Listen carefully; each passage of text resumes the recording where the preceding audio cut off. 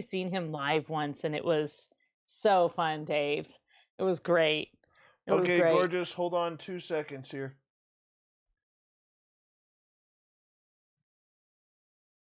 Hello, everyone. My name is Dave, and I am a spaced out radioaholic. How are you tonight?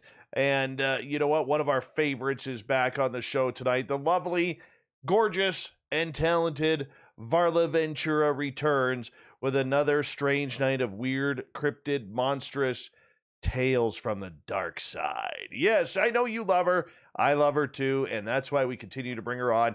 Before we say hello to Miss Ventura, let us go through and say hello to everyone in our chat room tonight. Mike takes home the gold medal position. Race fan, another silver. Cloudy takes home the bronze. Hi, Alan Young. Brett Lewis is here, everyone, which means we could officially start the show. Hi, Nicola and gorgeous Kimberly. Go 66 and Andrew. Good to see you guys. Ninja Nomad, thanks for joining us. Hi, Bobby and J1. Thank you for coming on in. The lovely Susan is here, along with Worsley and Bigfoot Michigan Rob. D. Swiger and Uncle Dale's Power Stash is here. Yes, give it a rub for good luck, people. You may win the lottery. Hey, Agravane and Olin, good to see you guys. Thank you for coming on in. SJ, the gorgeous Wrench, Princess Denali is here. Dr. Marty, good to have you here. Hi, John Boulderman. How are you? Jim Morris, good morning to you. As we continue on, Dirt Road and the Michael Leger, everyone. The Michael Leger. D. Swiger, by the way, everyone will be signing autographs after the show. Line up to the right of the studio. To the right. Lance, good to have you here. The Jim Christie is here, everyone. The Jim Christie. Yes, Jim will be signing autographs after the show. Line up to the studio on the left, if you don't mind. Yes. J1, thank you for that beautiful super chat to get things started. I really do appreciate your support of Spaced Out Radio. Hello, rooted in gorgeous sacredness. Aiden, good to have you here. Steve Stockton from KPNL. Drake, nice to see you. Beef Stew, always a pleasure to have you here. Are you actually in BC? Is that what the BC stands for in the end? Let me know. Hi, gorgeous Jenny, one of my favorite of four wrenches. Rachmaninoff, good to see you. Typical Watch, thank you for joining us. Oh, hey, Clam, how are you? Oh, hey. Who else am I missing? Jose, good to see you, my friend. Welcome to the jungle. We got fun and games. The gorgeous Marie, she lights up LA every single day, everyone. Yes, she does. And who else do we have? Oh, my brother Eugene, how are you? Mary Bone is here. She's a vegetarian. Mary Bone, Mary Bone, Mary Bone. I love that. Hey, where in BC are you, Beef Stew? Where are you? Let me know. That's kind of cool. And yeah, we're a couple of minutes away. Oh, you're near Nelson. Oh, you got lots of Sasquatch over there. Hey, Project Blue Book. Hey, Beef Stew, correct me if I'm wrong, but Kokanee beer is the best beer when it's ice cold. I don't think I'm wrong on that. Kokanee beer. Best beer out there, and Sasquatch as its mascot. Hey, there's Cherry Pepsi Mike.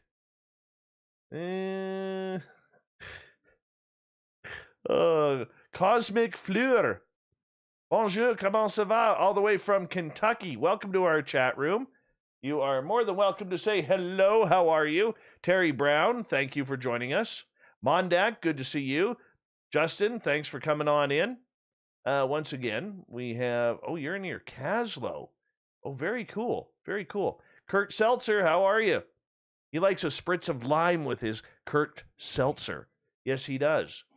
Kokanee Gold ain't too bad. I have to try that. I haven't had Kokanee in a long time.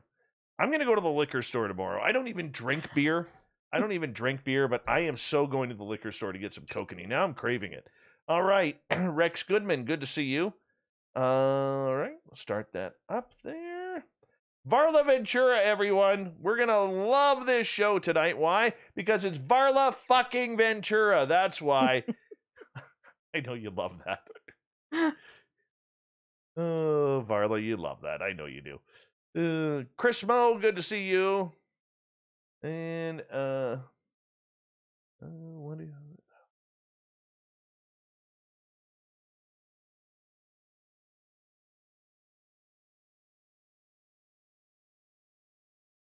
I'm a cat if I don't drink IPA? Dude, everybody drinks IPA. Be different. You haven't tried anything till you tried kokanee. Eric Files, how are you? Long Island Bigfoot, the gorgeous Anne Celine. Yeah, there we go. Now we can officially start because Anne is here. Eva. Remember, a great way to support this show is what J1 did. You know, the super chat is open. Another great way to support us is give us a thumbs up, hit that subscribe button. And hey, Rye, thank you for the super chat. Really do appreciate that. Varla Ventura coming on here in about 5 seconds. Sit tight. We're going to have one hell of a good show.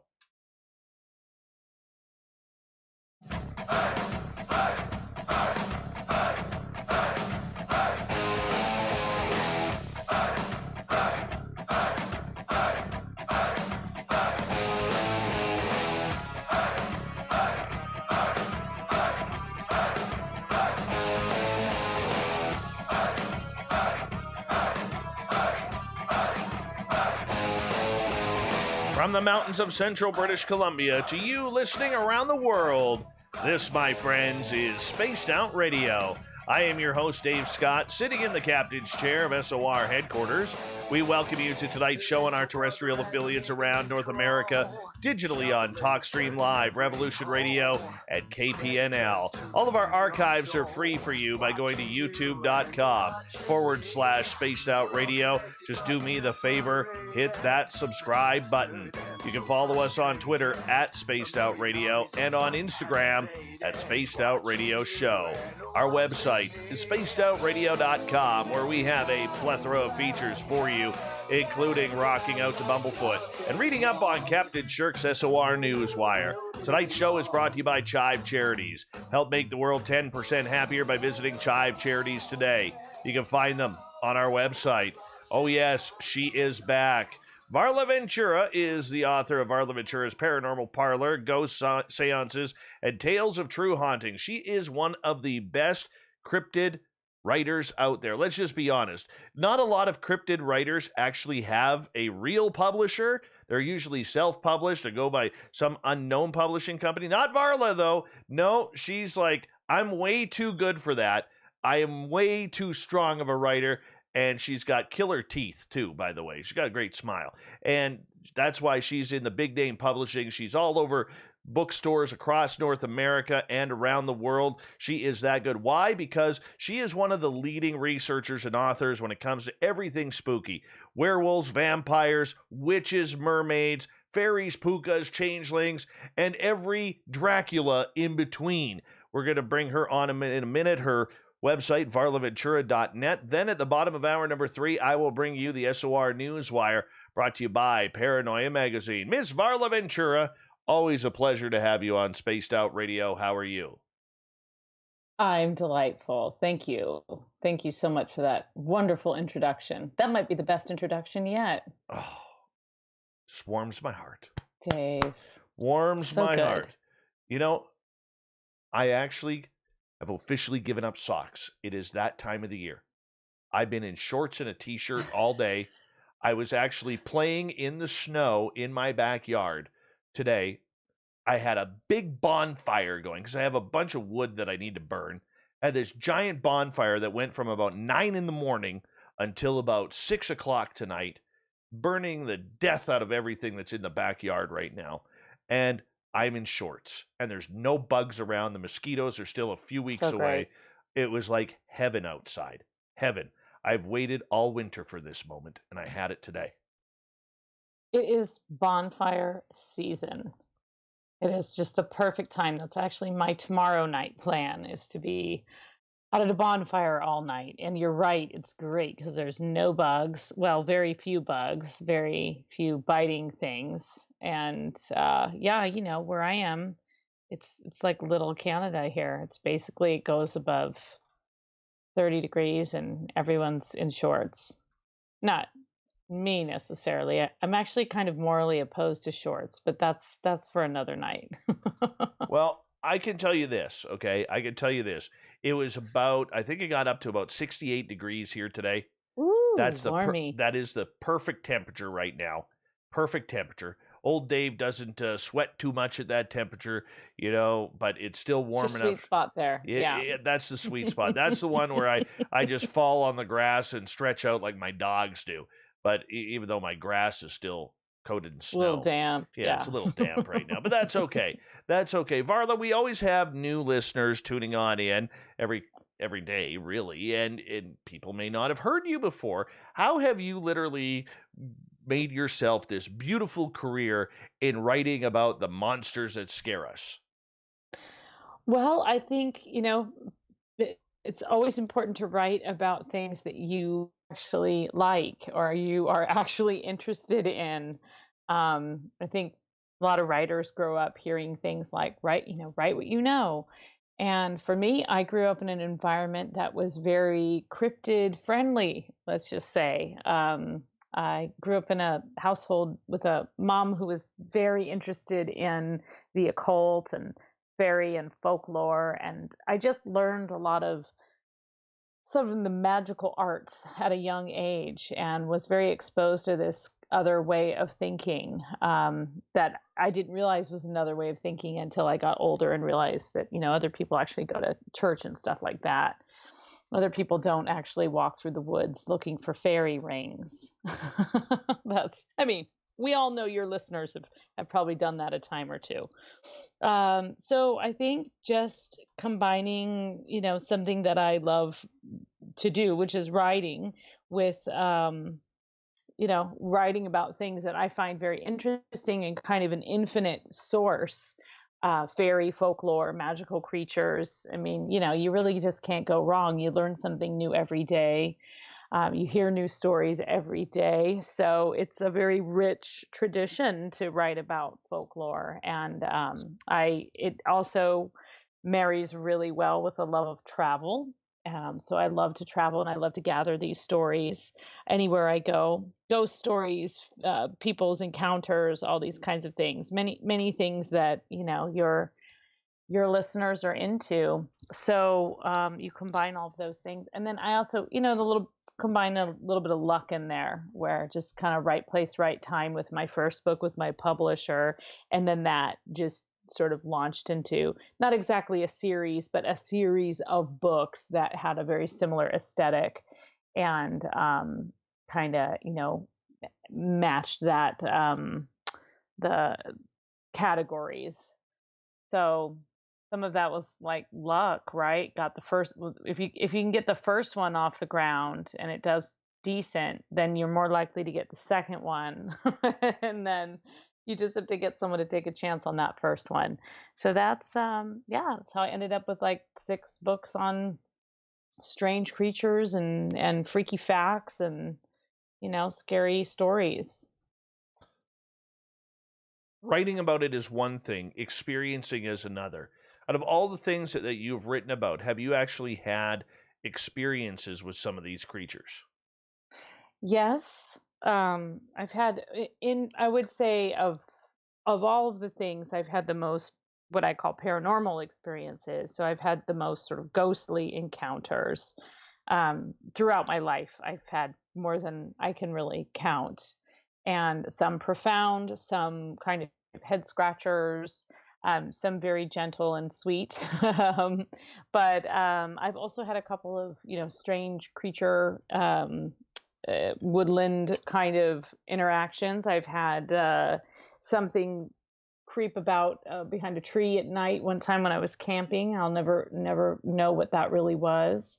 And I once saw a very small little man-like creature under a plant when I was a kid, and I actually never knew what it was. It didn't scare me, but it kind of startled me. And I think later I realized it might have been something more like a leprechaun or a little, I actually think it was a leprechaun. But it didn't look at all like the Lucky Charms guy. So I didn't think it was, I was a kid. I was like that I must have just made, you get older, you think you made it up until you start meeting people, reading books, doing research, and finding people who have had similar experiences or who describe, I found some old Irish folklore describing something much more a leprechaun, but much more like this thing that I had seen. So, I think in my heart that still remains something that was a pivotal moment for me in terms of actually having a tangible experience beyond seeing, something kind of ghost like, or the spirit of a loved one, or hearing someone say things. So, yeah, I've had a lot of strange experiences. I have never seen a mermaid, but I have had actually quite a few people tell me their mermaid encounters, especially after I wrote the book about my mermaid book. So it made me more of a believer, just kind of talking to sailors. Probably the strangest creature that I have seen was it happened about, oh goodness, my son was about 3. So 5 years ago, almost 5 years ago. My son and I were going for a walk, and it was in late August, early September, and in that time of the year, you know, you gotta be really bear aware in my area because the black bears are out everywhere trying to get fat for the winter. And so we took this trail. So about a couple miles from my home where the studio is, I have this little lake around there. And so we decided we're going to go for a walk around the lake, and we're going to go geocaching because my son likes to geocache and I kind of enjoy it too. And so I put him in his stroller, and he's like, "Dad, why do I have to be in my stroller? Because at 3, you're tough and not big enough Mm, for that, you mm-hmm. know." And I had to explain to him, well, because of bears and all that. I said, if we have to get away, the stroller is going to help us faster rather than Dad carrying you or you running by yourself. And he was cool with that. So we come up this hill, we find this geocache at the top of this knoll, and to the left of us is a drop, like a very steep graded drop down to the lake. And as we started to crest this knoll, coming up from the lakeside, there was this weird little creature about 18 inches high that looked like a rotted out 2x4. It was about this big. It had these little stringy arms and little legs. And he comes walking up from the lakeside, and I'm standing there, and I stop with my son's stroller. And I'm staring at this thing. And the one thing that I remember about it, Varla, is it was blurry. It Ooh. wasn't my eyes. It was just a tad blurry. But here's Mm-hmm. this piece of wood thing that's maybe 4 or 5 inches wide and 18 inches high with these little stubby legs and these little arms. And it comes walking on the trail. It stops, looks at me, and then takes off back down towards the lake, down the steep hill. And this whole incident happened and lasted maybe 15 seconds, 20 seconds. So I said to my son, I said, "Did you see that?" And he's like, "See what, Daddy?" And he didn't see it, right? But it was the weirdest little thing. And I remember talking to a First Nations friend of mine, asking him, I said, what was that? Because if I have something weird like that, I usually try to go to First Nations people because they always seem to know. And he's like, well, that was probably a wood nymph that takes care of the forest, making sure that nothing is wrecked in the forest. He goes, there's a lot of them around British Columbia. So I was like, okay, cool. Right. But I mean, there's no way, like the way it took off, there is no way my fat butt could have ever caught it. And this was about 20, 30 feet away from me and my son. So I don't know what the heck it was, man, Oh. but that was weird. That's I don't know whether it was little people, a wood nymph, it didn't look like a gnome, didn't have any pointy hat or overalls on. It was weird. Have you ever heard of anything like that? Well, it reminds me actually of a couple of sort of Eastern European stories about.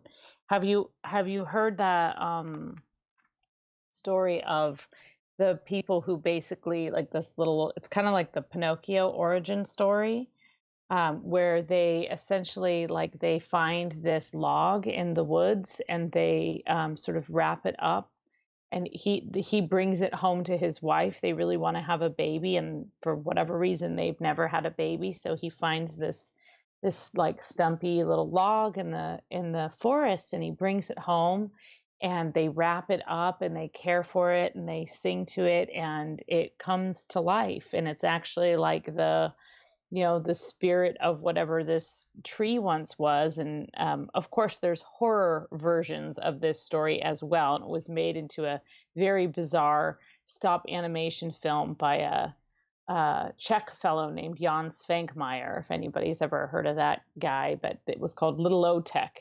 And of course, in that, the stump kind of takes over and tries to kill everyone. But there's a lot of stories about a spirit being in a tree, sometimes coming out. I've never heard anything quite described exactly like that, but certainly that there's countless woodland kind of creatures. And interesting that your friend called it a wood nymph, because I definitely think of fairies in that kind of the different categories. You have your wood nymphs, you have your water spirits, you have your kind of guardian spirits, you have your domestic ones that dwell in meadows, ones that live in the sea, and there's a lot of woodland ones in particular. So sounds pretty cool. I mean, I don't think many people actually see things like that, and I think there's a variety of reasons why. But I think that to see something like that, that's certainly a gift. And it sounds like you startled it as much as it startled you. Oh yeah, it was weird. It was totally weird. And I don't know if I would ever be able to see one of those again. It's just how do you Yeah, how do even you if even you judge wanted it, to, that's the kind of thing you'll never be able to invoke. Although we could try. We right? could go out in the forest and, do a little ritual or something, and, leave it something nice. Well, I would hope so. What do you leave it? I've never been back there. It's weird. I've never been back there since then. And it's not that the creature scared me, but I was done geocaching that area, so I have no reason to go back. To be You blunt, should go back there. I'd be curious what would happen if you went back there. I don't know. I don't know. Hmm. Now, for you, you mentioned earlier that you talked to, when you wrote the Mermaids book, you talked to a lot of sailors that came to Yeah. you and talked to you about mermaids. Yeah. Tell me a few of those stories. What's it like interviewing someone who comes up to you and says, I've seen that? Yeah, well, it's actually very interesting because I think you get a lot of people who believe in ghosts, Bigfoot, fairy creatures, even. But when it comes to mermaids, people have a hard time, even, the witches and pagans have a hard time saying that they really truly believe mermaids are real, or once were real. And I found that very interesting because it seemed like there was a real kind of cutoff point. But at the same time, mermaids are the most revered of the magical creatures. And that, like, for example, that book has outsold all my other books by 3 times because it's about mermaids and they have a little bit more of a universal appeal. So when I was writing that book, I reached out to, just on shows and on my website, and kind of put a call out asking people to share their mermaid stories with me. And I honestly didn't get very many responses. I had to actually put it out 2 or 3 times, and finally I got a couple responses. One was a very beautiful story of a Aboriginal Australian woman shared with me about the sort of how they believe that mermaids dreamed them into existence, and that mermaids dwell in what is called the dream time. And they have this wonderful relationship with mermaids, that mermaids will leave them gifts and will help them with their catch and the abundance that they can gather from the sea and the medicine they can get from the sea. And in exchange, they keep the beaches clean, they leave gifts for the mermaids, and they kind of, are the guardians of that bay. The humans are.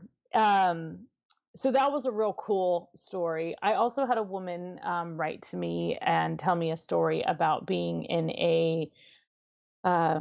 she was somewhere down in the Bahamas, and she was staying in one of those huts that's kind of like out above the water, and actually woke up in the night and saw this creature hovering in her little, in her room. And she actually sent me a picture of it. It was male. It had sort of reddish hair and glowing eyes, and appeared to be kind of fish-like, but it was also very kind of ethereal at the same time. And she had this, like, kind of woke up, looked at it, was quite confused, and then fell back asleep and thought, oh, I just dreamt that. When she woke up in the morning, there was actually like a puddle in her room from where she thought this creature had been standing. And her mom, who was also in the room with her, had some kind of had a similar experience, but hadn't quite seen the same thing. But they didn't talk about it until like the next day at breakfast. One just kind of brought it up, and they said, oh yeah, okay, yeah, oh yeah, I saw something weird. I couldn't sleep right around that time. That was probably the most um, uh, clear picture someone had actually seen something, and was as well described as someone who's had an encounter like you had with the little twig guy.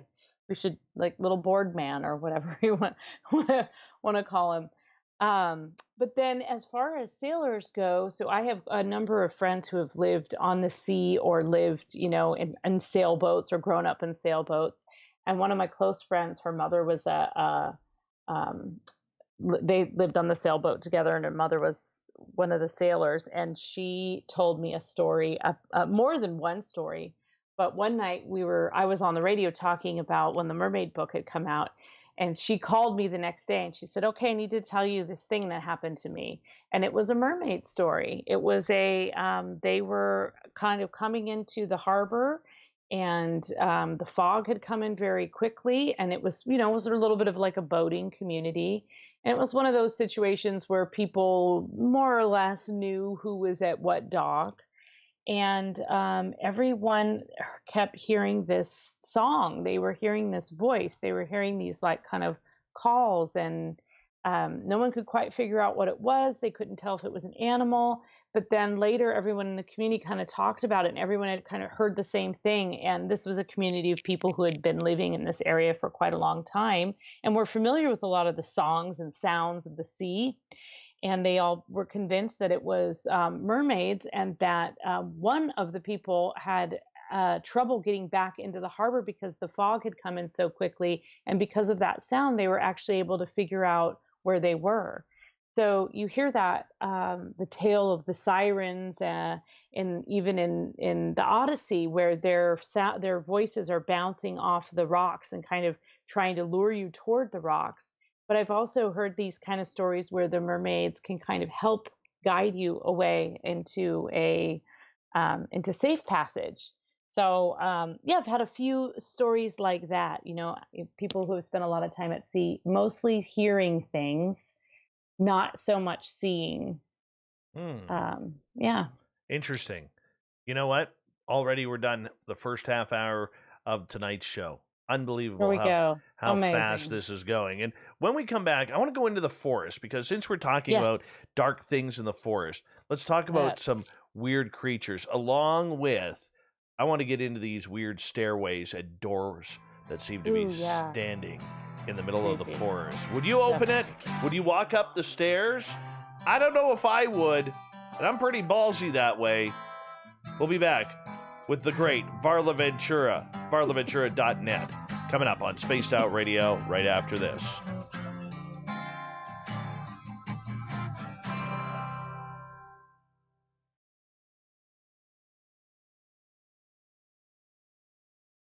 Varla Ventura. Now we can cuss. Now we can cuss. Yes, now we can cuss. Yeah. Fuck yeah. Ladies and gentlemen, if you have children listening, I always mark these prepare not them. for children. Yeah, I mean, Mm-hmm. just us children, just us immature folk.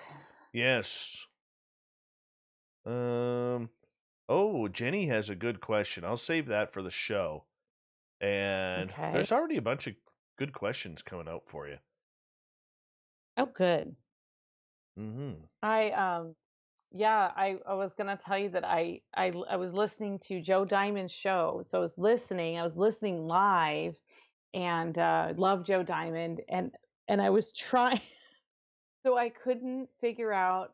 You said, join us on the YouTube chat, and I was on my phone. I mean, I was like in bed listening on my phone, and I could not figure out how to get. I know how to get the chat on YouTube, like on a computer, Mm-hmm. right? And I know how to chat, and I know how to get YouTube on my phone, and I had the app and everything, and I could not figure out how to chat, and then I just got really tired and wanted to just listen.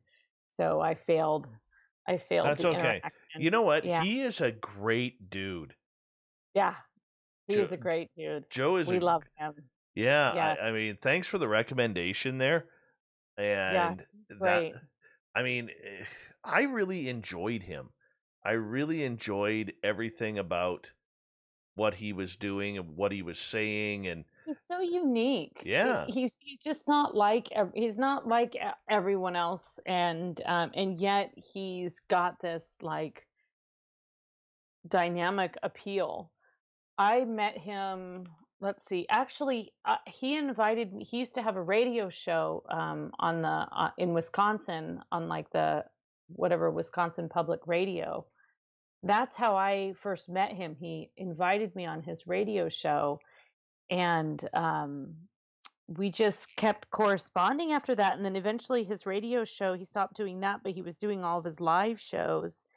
And then he contributed a story actually to my most recent book, and it's all about this haunted tarot. It's a great story. And we've just, yeah, I've seen him live a few times, and he's always been a big supporter for me, which is really nice. So, yeah, he's just he's great. And amazing. you can see a Zoom show, and you can, Yeah, if you ever get a chance to see him live, I would love it's, to. That damn yeah, nine of clubs that he pulled on me. I know. I That's know. He made that. you cuss like on air. It was so awesome. I have a nail that he put through his nose and then wrote my name on and gave it to me at his live show. Ew, ew. I mean, he put it in a bag and sealed it and gave it to me. It's got So nose goblins on it. that was cool. Yeah, but they're Joe Diamonds. No, Joe so it's Diamond nose goblins. like sparkly little diamonds on there. He's the kind of guy I would totally see in Vegas. Yeah, yeah, he would do great there. Yeah, we should invite him when we meet. Yeah, We should see if Joe wants to go. for sure. For sure. If the border ever opens, getting sick of this damn COVID stuff. I know. Hold on. Dirty Filth. By the way, Dirty Filth, when you say Dave says ooh, but has a bag of beards, that just reminds me. Do you guys remember Science Bob's beard? Look what I got. Science Bob's beard. People Adding send to you their beards. I've got 5 beards in I my didn't know studio. that. Yeah. Science Bob's beard right there. So that's going up on the collection. I have my friend Bruce's beard.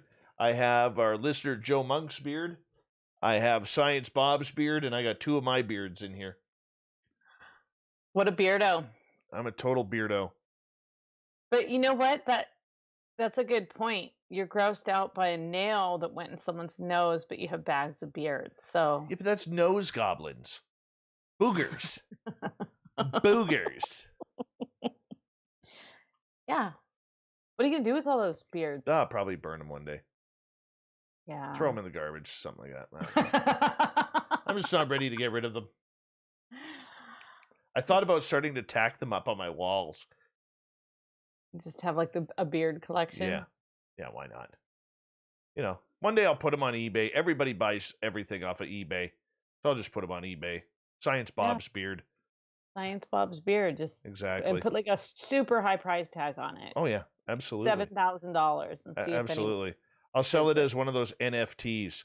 Hold on, Varla. Thank you, Rye Guy and J1 for the super chat. Second half hour of Spaced Out Radio. Going to start here right now.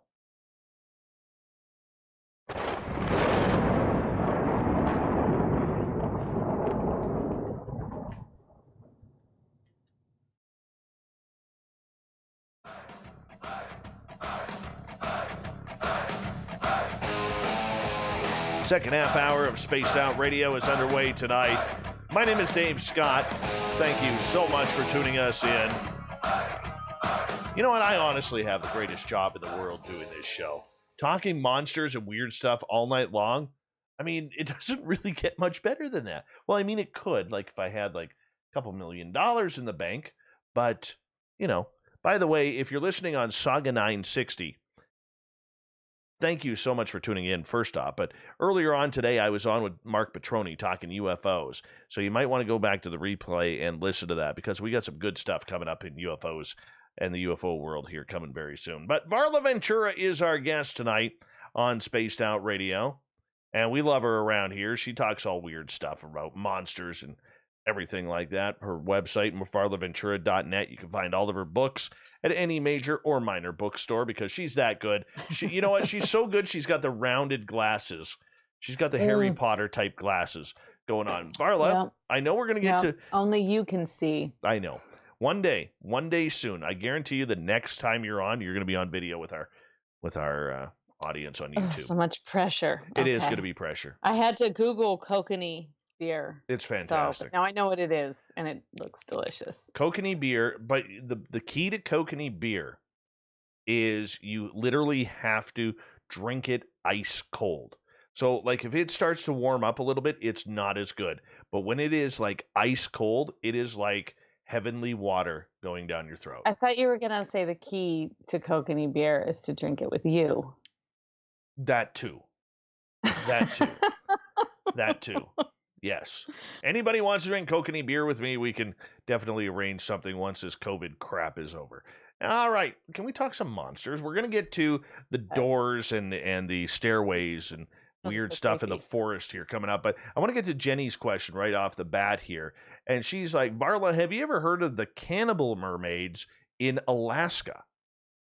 Ooh, I haven't heard of cannibal mermaids in Alaska specifically. However, I have heard of cannibalistic mermaids in Irish mythology. Actually, there's quite a few terrifying tales of mermaids who, in fact, there's one story about a woman or a mermaid who tricks a guy, kind of having her getting rescued by this guy, and she says, well, if I don't get into the sea in time, my husband will eat my babies.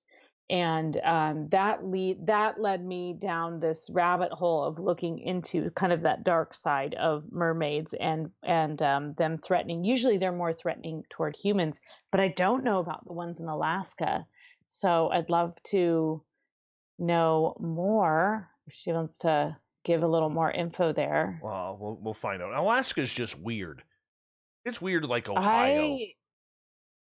It is weird like Ohio. This is not mermaid related, but I did interview one of the paranormal investigators in Alaska, one of the lead paranormal investigators several years ago, and one of the stories she told me that really haunted me was about these black dogs that people see at the beginning, the openings of mines. And it's really common in Alaska to see these sort of like black hellhound type dogs, which interestingly, again, just going back to Cornwall and parts of Britain and Irish folklore, as well as throughout the United States and Canada, where you have a lot of mines, you actually have a lot of these similar sightings of these kind of hellhounds or demon dogs. Sometimes I think they might cross over into that Pookas shapeshifter. They're a little bit of a guardian. they might be a little bit of a warning, to stay away from the mind. But of course, that protects, I mean, that's a portal into the earth, right? Where all the gnomes dwell. So it's always good to have a little guardian there to keep you from going too far into the darkness. Speaking of small creatures, Donuts, who is new to our chat room, wants to know if there's any Oh, news stories about puckwudgies.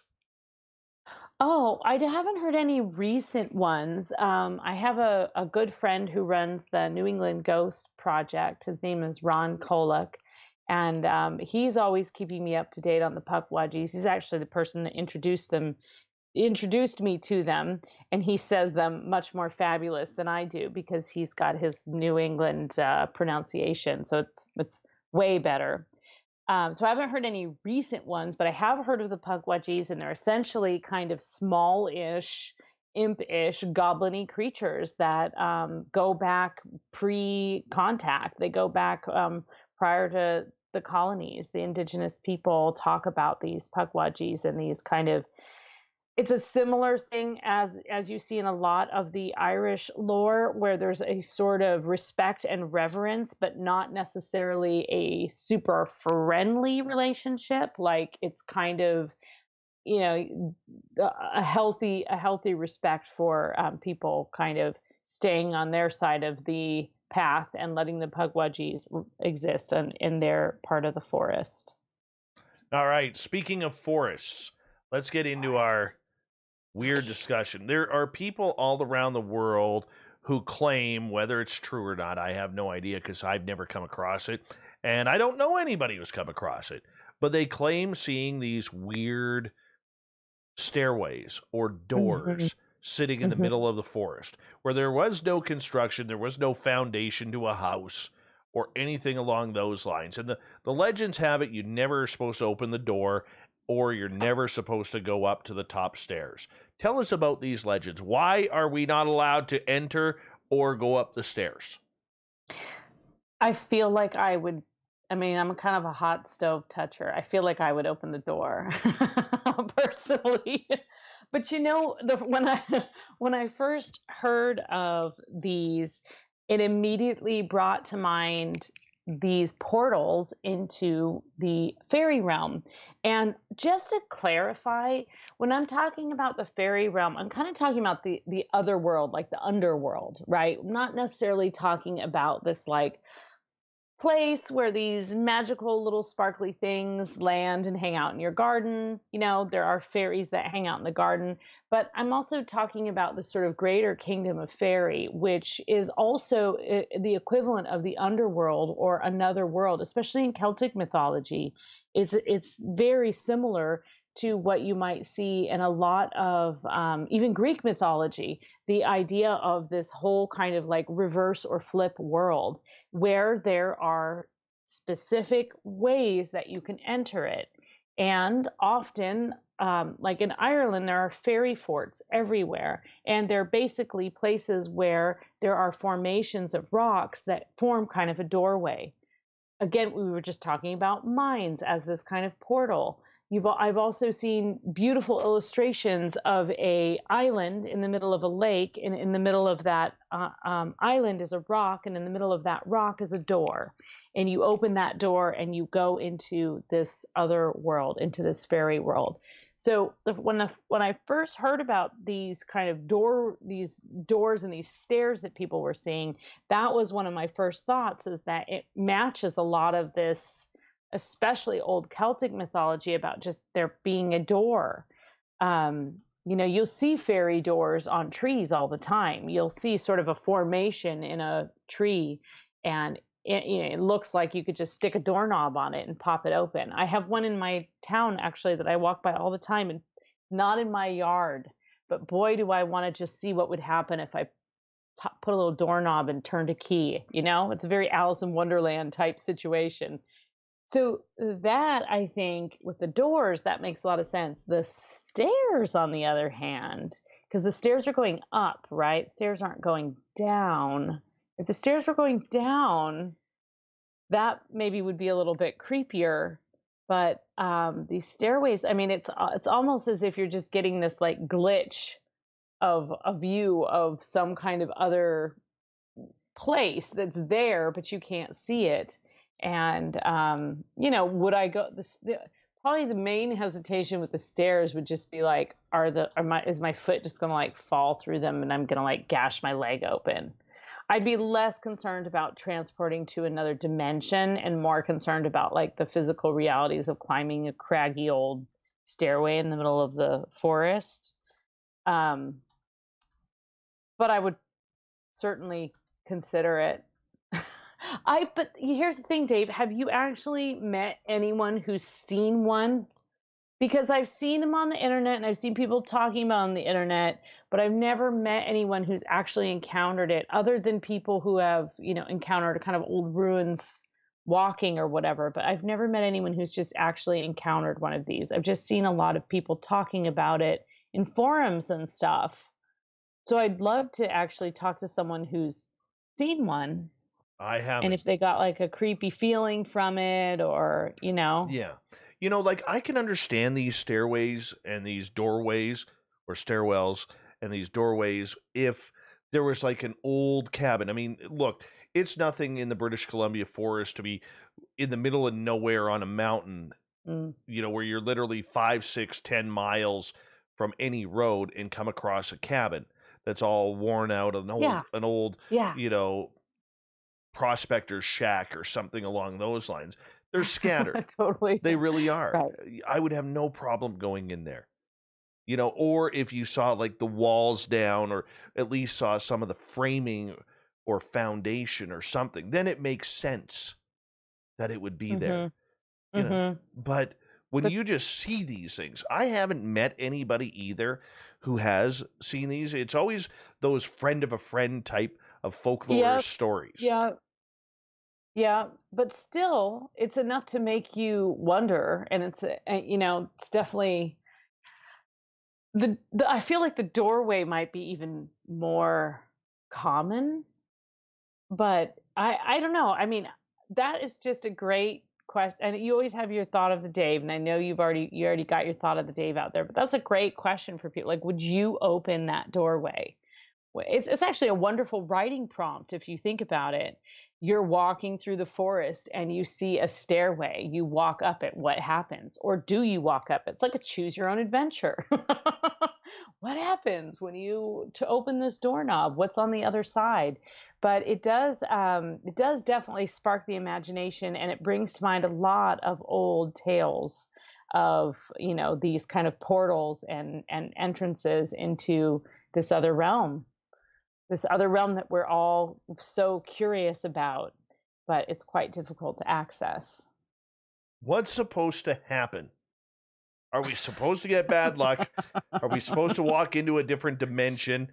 Are we supposed to, trip and fall with our shoelaces tied? What's supposed to happen? If you go into, okay, so interestingly, when you look at the fairy kingdom more as like the underworld, and especially, so I'll just speak from like personal experience. The last time I was in Ireland, I visited one of multiple caves that claim to be the portal where Halloween really, the Halloween began. This is a wonderful thing about Ireland is that Samhain, the tradition, the Celtic tradition of what we now has evolved into what we call Halloween. There are like 6 or 7 places that claim to be the first place that celebrated it, which is yet another reason to love Ireland. But one of the places that I visited was this cave. It's called like the Cave of the Cats, and it's kind of right in the middle part of Ireland, and it's not one of the big towns or tourist attractions. It's a little bit under the radar, and actually got to go out there with a really cool local archaeologist who had studied a lot about cave formations and had actually minored in like medieval castle history or something. So he's a really interesting guy, and he had a lot. He knew a lot of the Celtic mythology specific to that area. And he was it actually really opened my eyes to that idea of just not only just the underworld, But I saw a lot of parallels with other indigenous cultures, where this cave was a place that you went into to make contact with the fairy kingdom, to make contact with the other world. And it's also a sensory deprivation area, right? So it's like a place that you go and you go into trance, or you might go there seeking something. And so again and again, when you open these doors, when you go through these portals, it's frequently on some kind of quest. Now, once upon a time, in the beginning of the like Celtic origin stories, you have these encounters with the other world and the heroes, and they're going on these quests. They're entering through a door. They're seeking some kind of knowledge, some kind of answer, guidance, luck in the battle, whatever it is. And you have that kind of hero quest. But as time goes by, you kind of evolve that into the moral. So frequently it's, some drunkard's walking down the street and he really should have been home hours ago, and he encounters a Pooka, and the Pooka kind of, takes him on this mad ride and tortures him. And then the next day he sobers up and realizes that, the error of his ways. So you see this kind of recurring thing. But a lot of times what happens is if you go into this other realm, you lose complete track of time. So it's not unlike an alien abduction.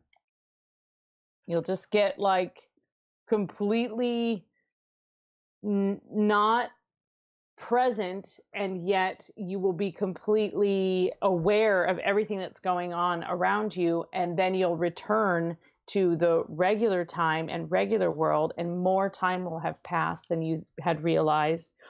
You've lost your shoes. You have kind of been under this sort of spell or enchantment, and that's kind of what the fairy, like what happens when you go through these portals. You're kind of transported into an enchanted realm. Can you come back? You can come back. You're never quite the same. And some people say that if you do come back, you gain the second sight.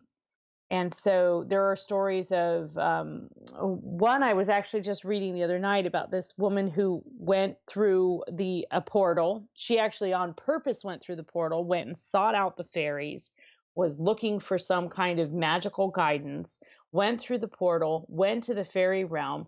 They tried to keep her there by plying her with liquor and food and other substances. She escaped, and ever since then, she was able to spot fairies. So there's a description of her sort of like moving through the fair, and she can see, what vendor is actually a fairy vendor and who's human. And so some say you can actually gain the second sight. You can gain psychic powers from the fairies. Wow. Cool, right? What is that second sight? Second sight is the ability to see other things that people can't see, to see the invisible, to detect fairies, to have that sort of that third eye open, to see ghosts, to hear the banshee. All of those things are considered the second sight, and it's actually a gift. It's a psychic gift, right? It's an ability that a lot of people have but don't tap into. And you can use it mostly for good. You could probably use it to your own advantage frequently, and depending on where your loyalties lie, you could potentially even use it for evil. And what are your loyalties, Varla Ventura?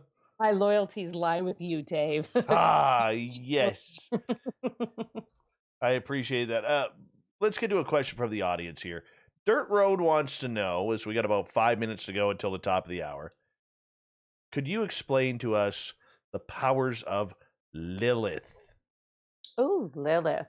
Well, she's a wonderful goddess who's quite misunderstood, I think. She frequently is equated with the devil, but most witches revere her. She's particularly prominent in Jewish mythology as sort of being this vampire goddess, or being, sometimes I think she's misrepresented as being a vampire or someone who really kind of like draws on the energy of others. But in reality, she's a very powerful goddess who can enchant and can control And, you know, we all know what happens when you get like women in power who can enchant and control. And men just want to kill them. And so they turn them into devils. But most people most witches that I know respect Lilith, and she's particularly popular among the vampire crowd because she has some vampiric qualities. She loves the night. She's a creature of the night. Some stories say that she likes to drink blood. That can also just be a way of keeping, you know, if you want to keep people from burning your house down, you've got to make them afraid of you. So you can kind of create these stories to keep people at bay. With Lilith, you mentioned that many people in many cultures consider her to be, you know, teamed up with Beelzebub himself. Why do witches love her if she is demonic to some? Well, see, you've just said something very very ironic and somewhat contradictory, because witches do not believe in the devil. So therein lies the issue right there. There was a time when even fairies, you know, people believe that witches can commune with fairies, and there's was a time when that was not considered good versus evil, but sort of like the wild ways versus the you know, daytime, you know, the night versus the day.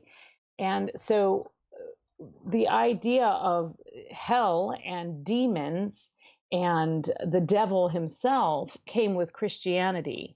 Witchcraft predates that. So anytime you have I mean, many cultures have goddesses that are equated with sort of that dark side. And eventually, you know, that's going to be called the devil. That's just kind of how it goes. You even find that in Celtic mythology. You can see as Ireland is being more Christianized over time, as you can see how the stories evolve and how they begin to suit the doctrine of the church versus the original story. A lot of them have the same morals, you know, don't go play in the bog, you'll sink, there's bad, you know, there's tides and mermaids out there. A lot of them have some of the same purposes, but they, you know, there's a overlying kind of moral, Christian moral, that has been superimposed upon a lot of those original beliefs. I mean, that's right. That's a story as old as colonization. I'm not that old. My beard may look that old, but I am not that old. Let me tell you. Maybe when we met back in the 1600s, that's how it went down. Not sure. Did we meet in the 1600s? We might have, you know. Yeah, we may have. Maybe you saved me from a pyre. Yes, I brought my bucket of water to put out the flames. Yes, you did. You got your big jug there, so. I carried around my axe in order to chase away anybody who tried to spear me. Oh, yeah, that's the way it goes. That's the way it goes. Varla Ventura is our guest tonight on Spaced Out Radio. And I know in our audience, in our chat rooms tonight, we have a lot of questions that are coming up. Oof. We have a lot of questions. So I'm going to get everybody to kind of hold back a little bit until we get through the commercial break at the top of the hour. Then repost your questions. I promise you I will get them to Varla, including Hellboy, because somebody wants to know about Hellboy. Do you believe in Hellboy? I don't know. Well, the only thing I thought was Hellboy was a movie a long time ago. I know. That's what came to mind for me too. Yes, I don't know. But we appreciate you coming on the show as you do every couple of months here, Varla Ventura, and your gorgeous teeth. Yeah, she has perfect teeth. I wish I had nice teeth like that. Really do. VarlaVentura.net is her website. You can go to any major bookstore to pick up her books as well, because she is published that way. Your questions, if you're in the audience, and more creepy cryptid talk with the queen of the cryptids, Varla Ventura, and Our Strange World, here on Spaced Out Radio.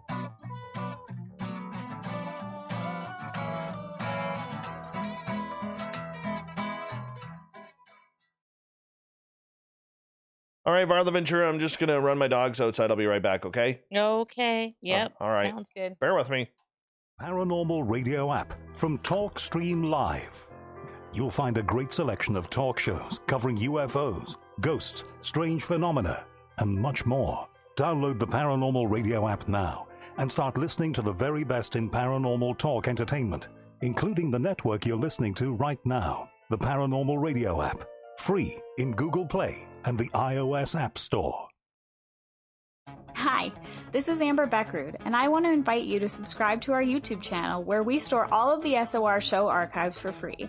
And as an added bonus, every 2 weeks I'm posting brand new content on Cryptid Tales, where I will get into some of the spookier legends and folklore from around the world and tell the stories that go with them. Find us at youtube.com/spacedoutradio and check out Cryptid Tales today. Drop a comment and let me know what you want to hear. See you there. Hey, space travelers, this is John Resig, founder of the Chive and Chive Charities. If you know anything about our website, you know we like to do things a little differently. We're not some faceless organization collecting money for a nebulous cause. Our donor dollars go directly toward life-improving items. Then we give those items directly to an underdog who needs it most. To become a donor with Spaced Out Radio's official charity, Chive Charities, just go to chivecharities.org/donate. Get your horns up with me on Spaced Out Radio. This is Ron Bumblefoot Thal. Come tune in to SOR where you can hear me rock out with Little Brother is Watching, the official theme song of Spaced Out Radio. And then come on over to bumblefoot.com where you could find out about my tour schedule, my music, and everything else. Bumblefoot.com keeps you up to date on what I'm doing and the best way to stay in touch with my music and music camps. Sign up for my newsletter at bumblefoot.com and remember, Little Brother is watching.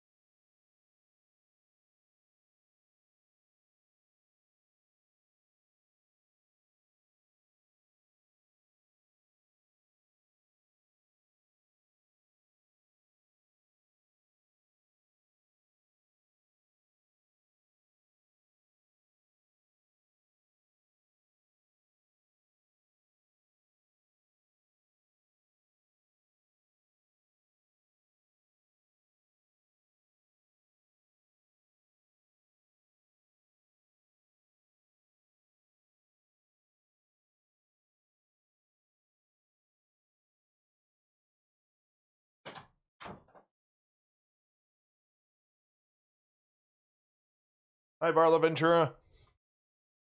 Hi, YouTube. Oops. I'm muted. Hey. Hey. What's going on? Hi. All right. Mondak, good to see you. Thanks for joining us. Who else we got here? That's new in the chat room. I think that's it. Foreigner, Israelite, welcome to Spaced Out Radio. Welcome to our chat room. Thank you for joining us. Chris, what's going on? Thank you for joining us. Stetson John, good to see you. Good time now to put in your questions if you have questions. Gary Vermeer, the Dutchman. How are you? Mighty Moose Beard Oil, everyone. Go to mightymoosebeard.com. Check it on out. Magnus for Magnuson. What's happening?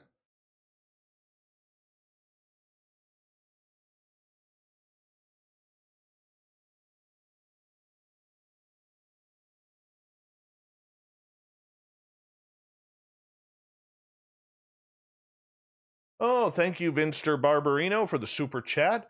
Appreciate that. Same as you, Dirty Filth, Rye Guy, and J1. Thank you.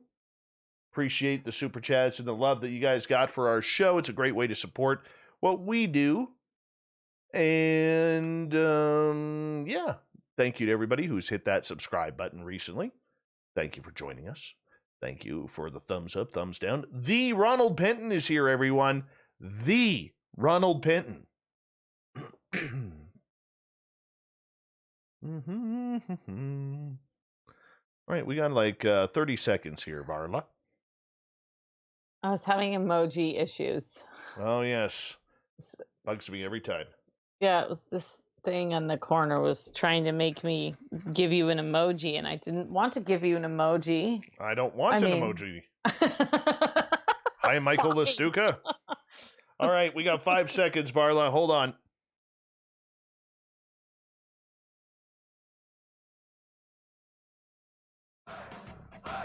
You're listening to Spaced Out Radio with Dave Scott. Follow Dave on Twitter at Spaced Out Radio and on Facebook, Spaced Out Radio Show. Second hour of Spaced Out Radio is now underway. My name is Dave Scott. Thank you so much for taking the time to join us. We really do appreciate earning your listening ears wherever you are on this beautiful planet we call Earth. Want to say hello to everyone listening in on our terrestrial affiliates around North America, digitally on TalkStream Live, Revolution Radio, and KPNL. All of our archives are free by going to youtube.com/Spaced Out Radio. Just do old Davey the favor, hit that subscribe button. The Desert Clam has set the password for tonight in the SOR Space Travelers Club. Twyforked. Twyforked is your password. Use it wisely, Space Travelers, as the Clam sets a password each and every night right here on Spaced Out Radio. Our website, spacedoutradio.com, we have a plethora of features for you, including rocking out to Bumblefoot and reading up on Captain Shirk's SOR Newswire. Follow us on Twitter at Spaced Out Radio and on Instagram at Spaced Out Radio Show. We continue on tonight with Varla Ventura. She is one of our great guest that comes on every couple of months for a feature that we call Our Cryptid World. You can find her books all over the internet, all over bookstores around North America and the world. VarlaVentura.net is her website. Varla, welcome back. Why, thank you. You're very, It's very okay, I never welcome. left. And I didn't leave. It's No. here all along. No, that's absolutely awesome. We appreciate that. You always like the weird, strange little creatures, gnomes, fairies, pookas, changelings, things like that. You know, these are very obscure type of beings that are really found anywhere. In North America, what kind of strange little creatures should we be paying more attention to? Well, excuse me. I would say that people probably have more close to their house than they realize. I mean, I think I would pay attention if you're losing a lot of things besides your mind, but especially if you're losing objects that you know you've put somewhere and you have misplaced. I think that sometimes we think that we might be haunted, and we may have a small fairy-like goblin or something in our house. Not dismissing that you may be haunted, that can also be the case, but a lot of the signs can be very similar. Missing objects, things kind of moved around in your house, things seeming sort of out of place, occasionally, pinches or bruises or scratches on your body that you can't account for.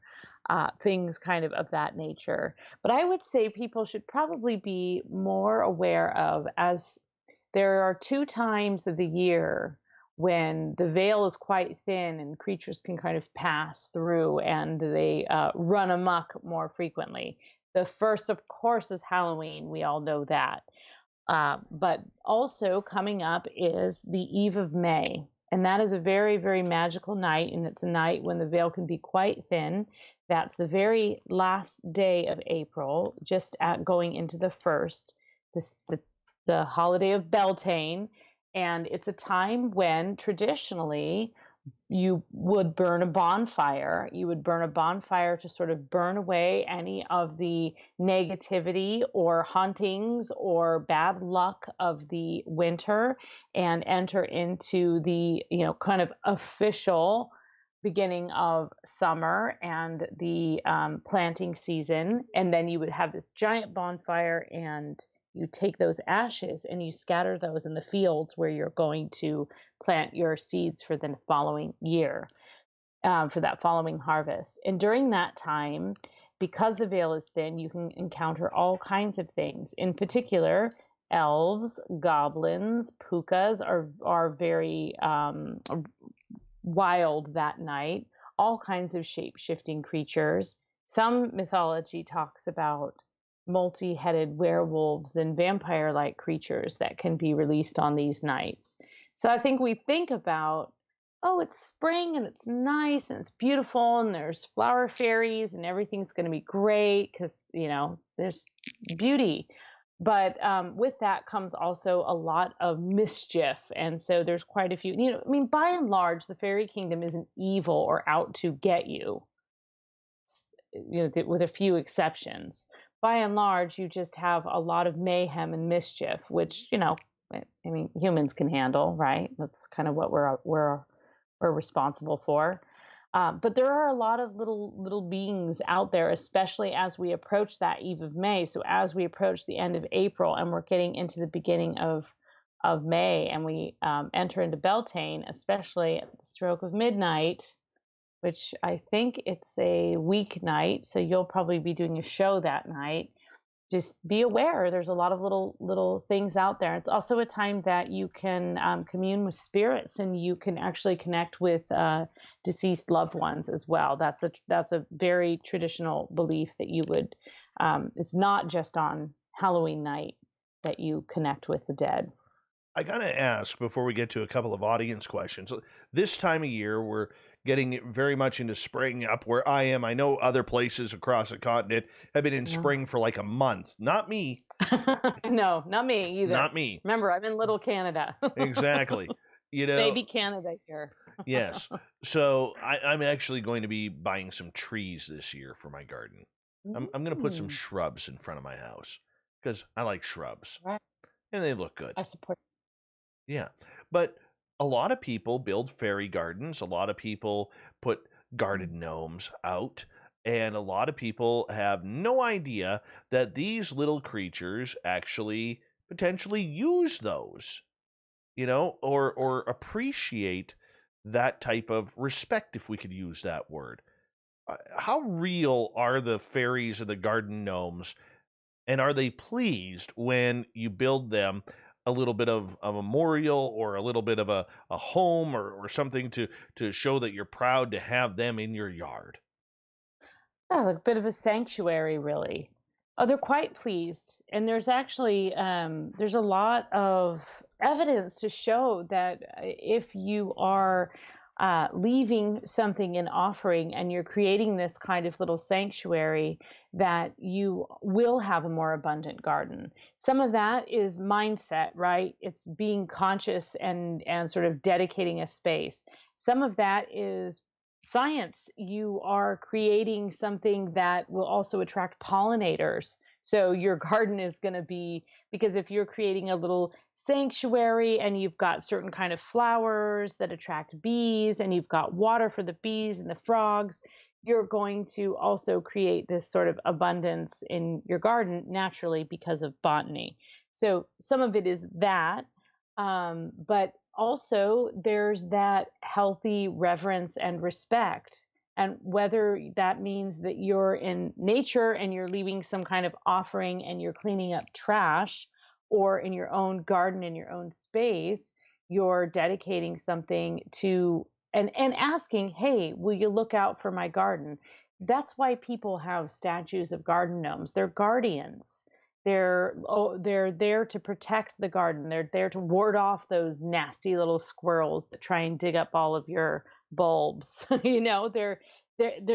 there's a practicality to it, and you see those little figurines that are carved or made of stone, and they're representations of these creatures and fairy and folklore, and they're there to either protect your household, protect your children, protect your garden.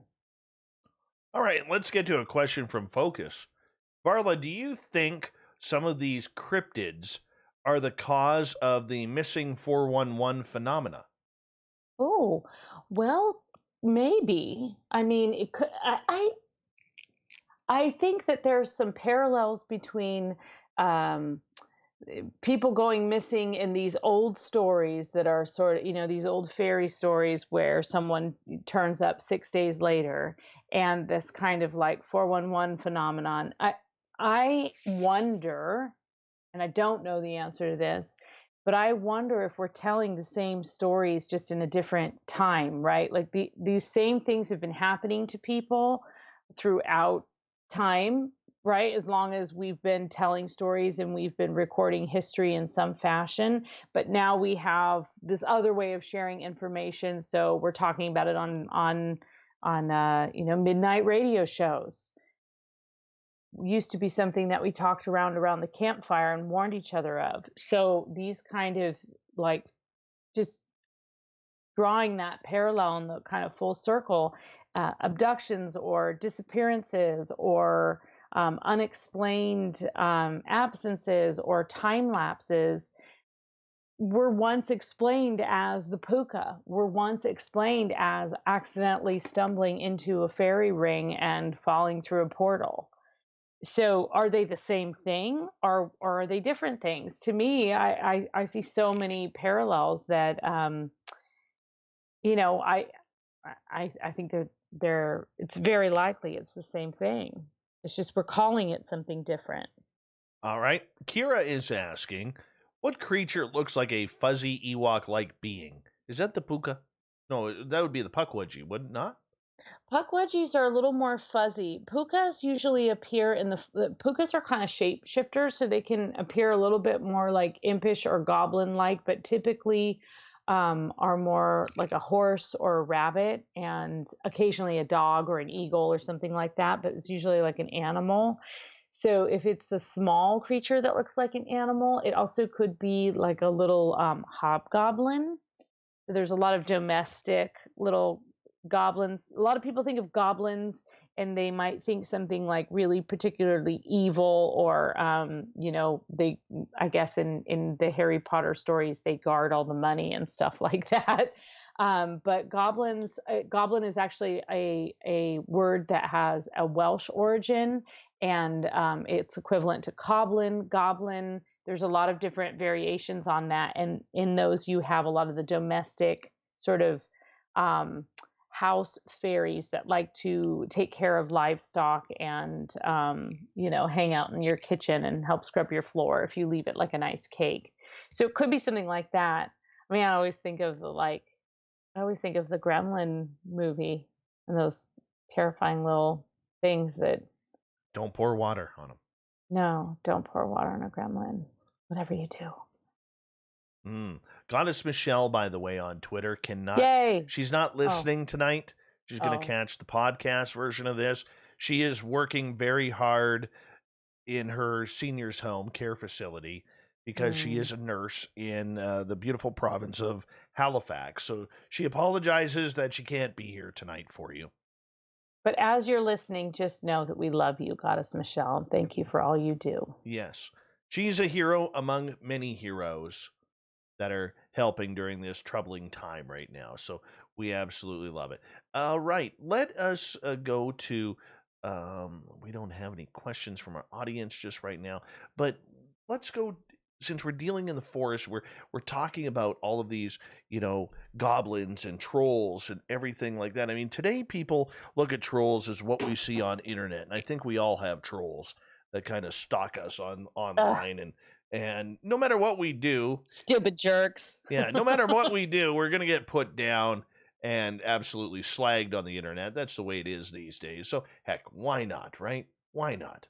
Just let it go through. But in reality, there's still a lot of people from the Chestnut Ridge all the way around the world who believe there are still trolls living under bridges and walkways.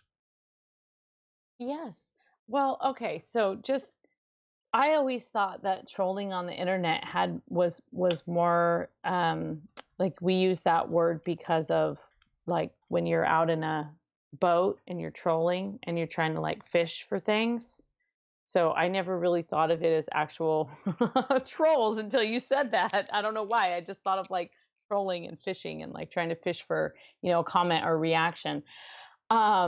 Yes, trolls are totally awesome, and they're definitely, again, another misunderstood creature. They are complete guardians. They don't really like people, and so they get this reputation for being grumpy, but they're really just more elusive, and they're kind of they're set. You hear the story of the Billy Goat's Gruff is like the most famous troll, right? There's this troll that's under the bridge. But you know what that troll's doing? It's making sure that people pass over the bridge safely. That troll doesn't necessarily stop people unless they've got some kind of like sketchy business.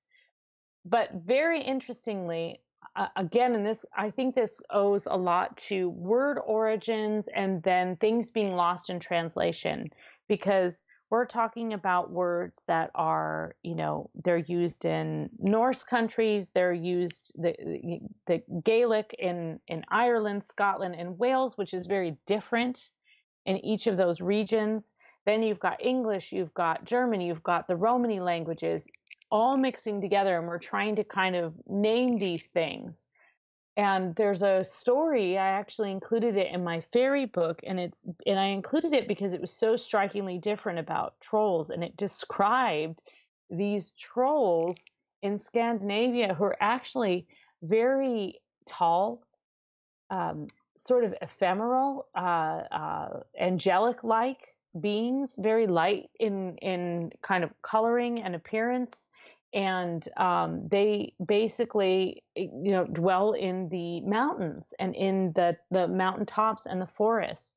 And you always hear these stories of these trolls being kind of these like somewhat ugly creatures.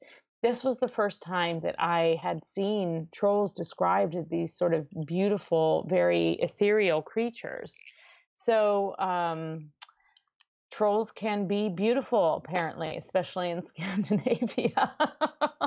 And there's all of these cool stories where trolls are in the hillside, and they're kind of overlooking the sheep, and therefore they are tied in with wool, and the process of turning the wool and also into kind of like creating and knitting things. So there's a lot of belief that as you're creating something, that there's this sort of spirit in it. So if you're making like these mittens to keep somebody warm, you're taking this magical spirit and you're putting it in there in order to keep someone from getting frostbitten. It's really, really quite sweet, I thought.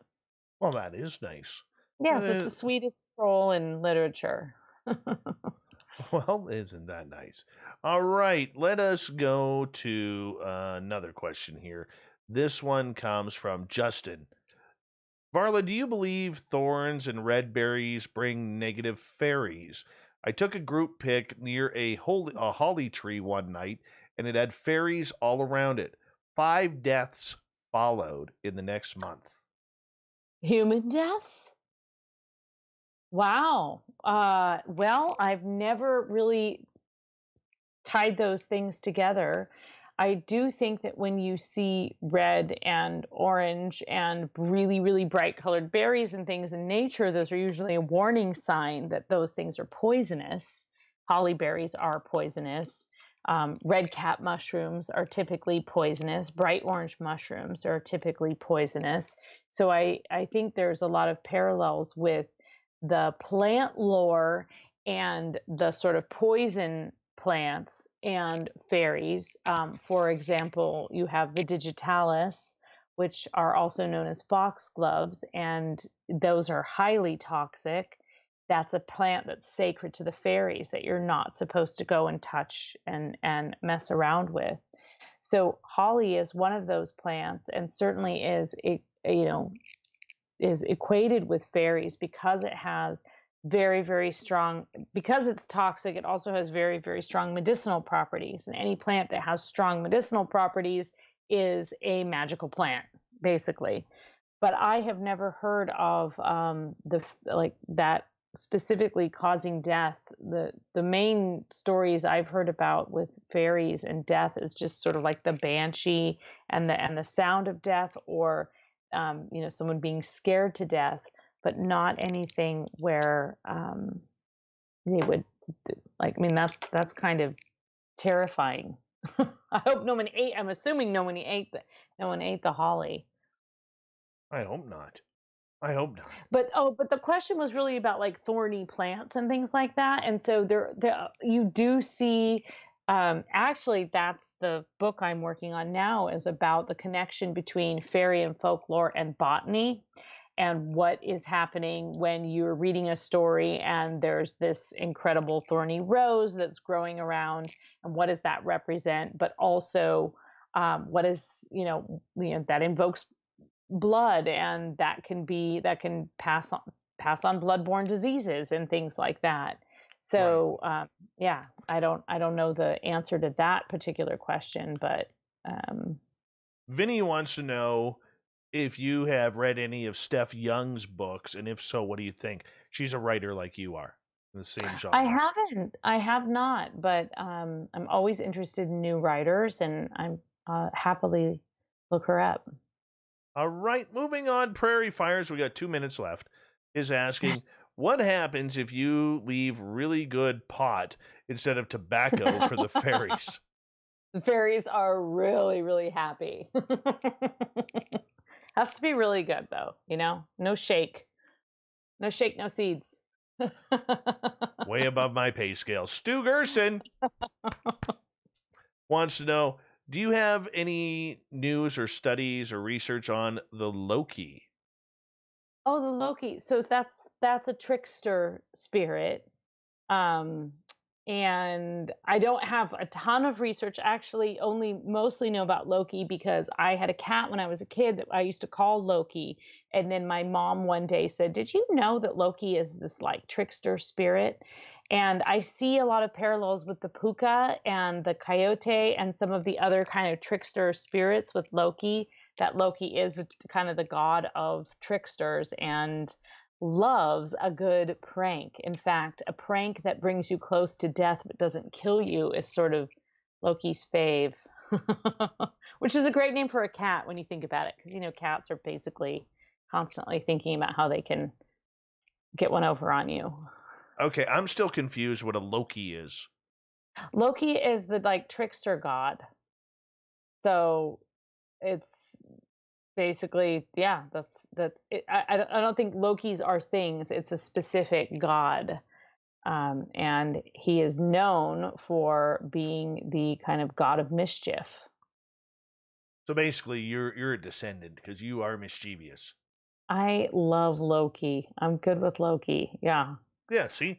Called that one, people. Called that one right off the bat, right there.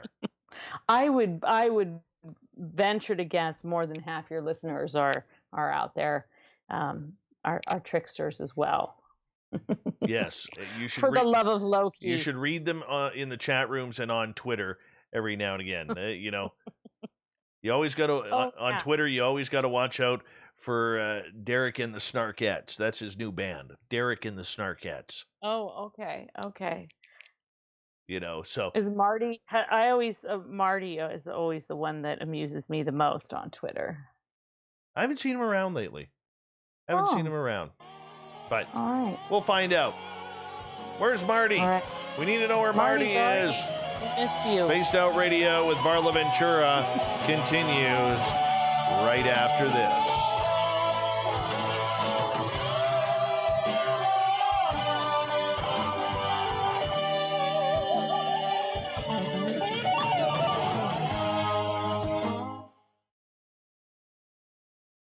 All right, we're clear.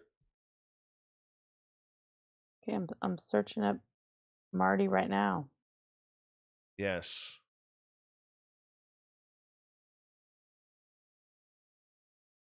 Hey, there's Eric with a K in our Spreaker chat room. We are Eric's 4th favorite show. We're number 4 in Eric's world. Number 4. I love it. Eric's a good dude. Good dude. He actually called me up today. He said, hey, dude, let's chat. So we actually had a good chat. And I apologize, Eric, that I had to cut you off. I had to do a radio interview. That's what I had to do. Radio. See, sometimes I get interviewed too.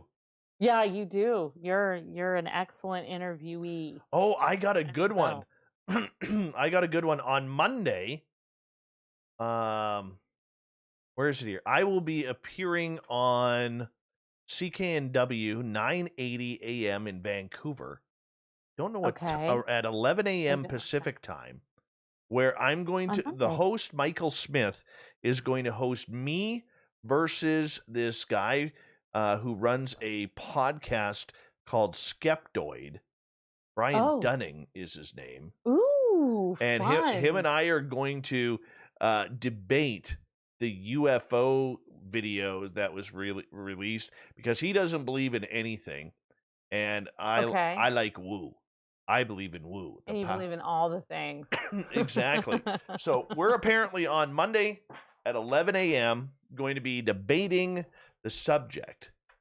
That's a pretty fun premise, actually. That's kind of unique. Yes. You know, that's quite unique. It's kind of cool. So cool. Your debate, is it the host that you're debating, or he has another person on? It's me and the other host. Okay. Or me and the other guest will be. You and the other guest. I'm going to suplex him. I'm going to tell you right now. I'm going to suplex him.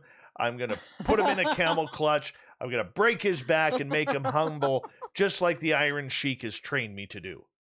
Yeah, of course. Yeah, of course. You'll probably be more prepared than he will.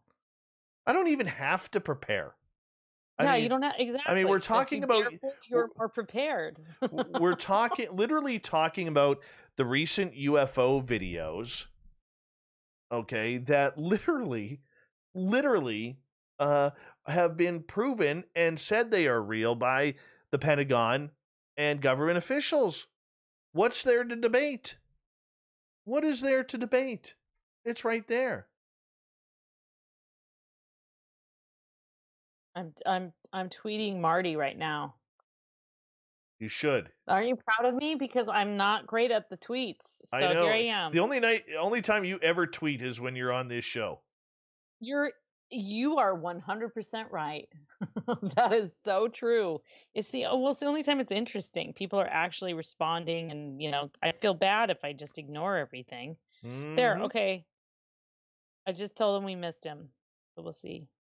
Mm-hmm. Susan, you can get it by going, it'll be on the radio, or you could just pull it up online at, I believe it's cknw.com.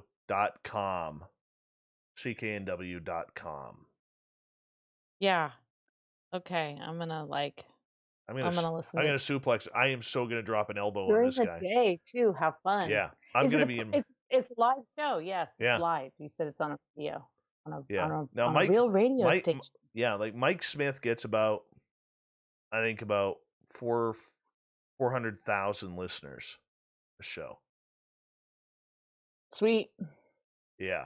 That's a good PR opportunity for you there too. Yeah. So bring them over to this side. Bring them over to the dark side. It is. No, I'm gonna suplex this guy because it's one thing to be skeptical, it's another thing to be a disbeliever. You know what I'm saying? So we're going to have a talk. I'm going to win. I'm going to tell you that right now. I think you're going to win. I'm going to win. I may even rip my shirt off for that one. Ooh. Oh, well, is it going to be on YouTube? It won't matter. No, You can, it won't be on you can YouTube. take selfies. No, there will be no evidence of this. No. Duke How says cool. What a flying great premise. That's flying actually really clothesline, unique. drop the elbow off the top rope, waste him. Damn rights, Duke. Mm. Damn rights. We got about a minute Mhm. left here. Sleeper hold. No one gets out of the sleeper hold. Oh no, I'm going more than sleeper hold on this guy. By the way, thank you to Surf Jer, Chad Jacobs, Vinster, Dirty Filth, Rye, and J1 for the awesome super chats tonight. Hi, Cryptic Vin forever. Welcome to the show. Don't forget, if you're new here, hit that subscribe button, ring that bell so you know when we are on live, and thumbs up, thumbs down, thumbs sideways. It all helps. Here we go. More Varla Ventura after this.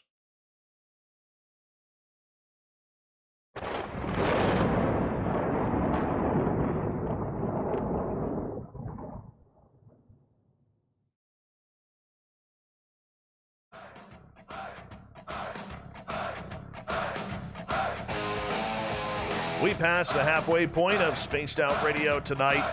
Thank you so much for joining us. My name is Dave Scott. It is such a pleasure to be broadcasting to all of you.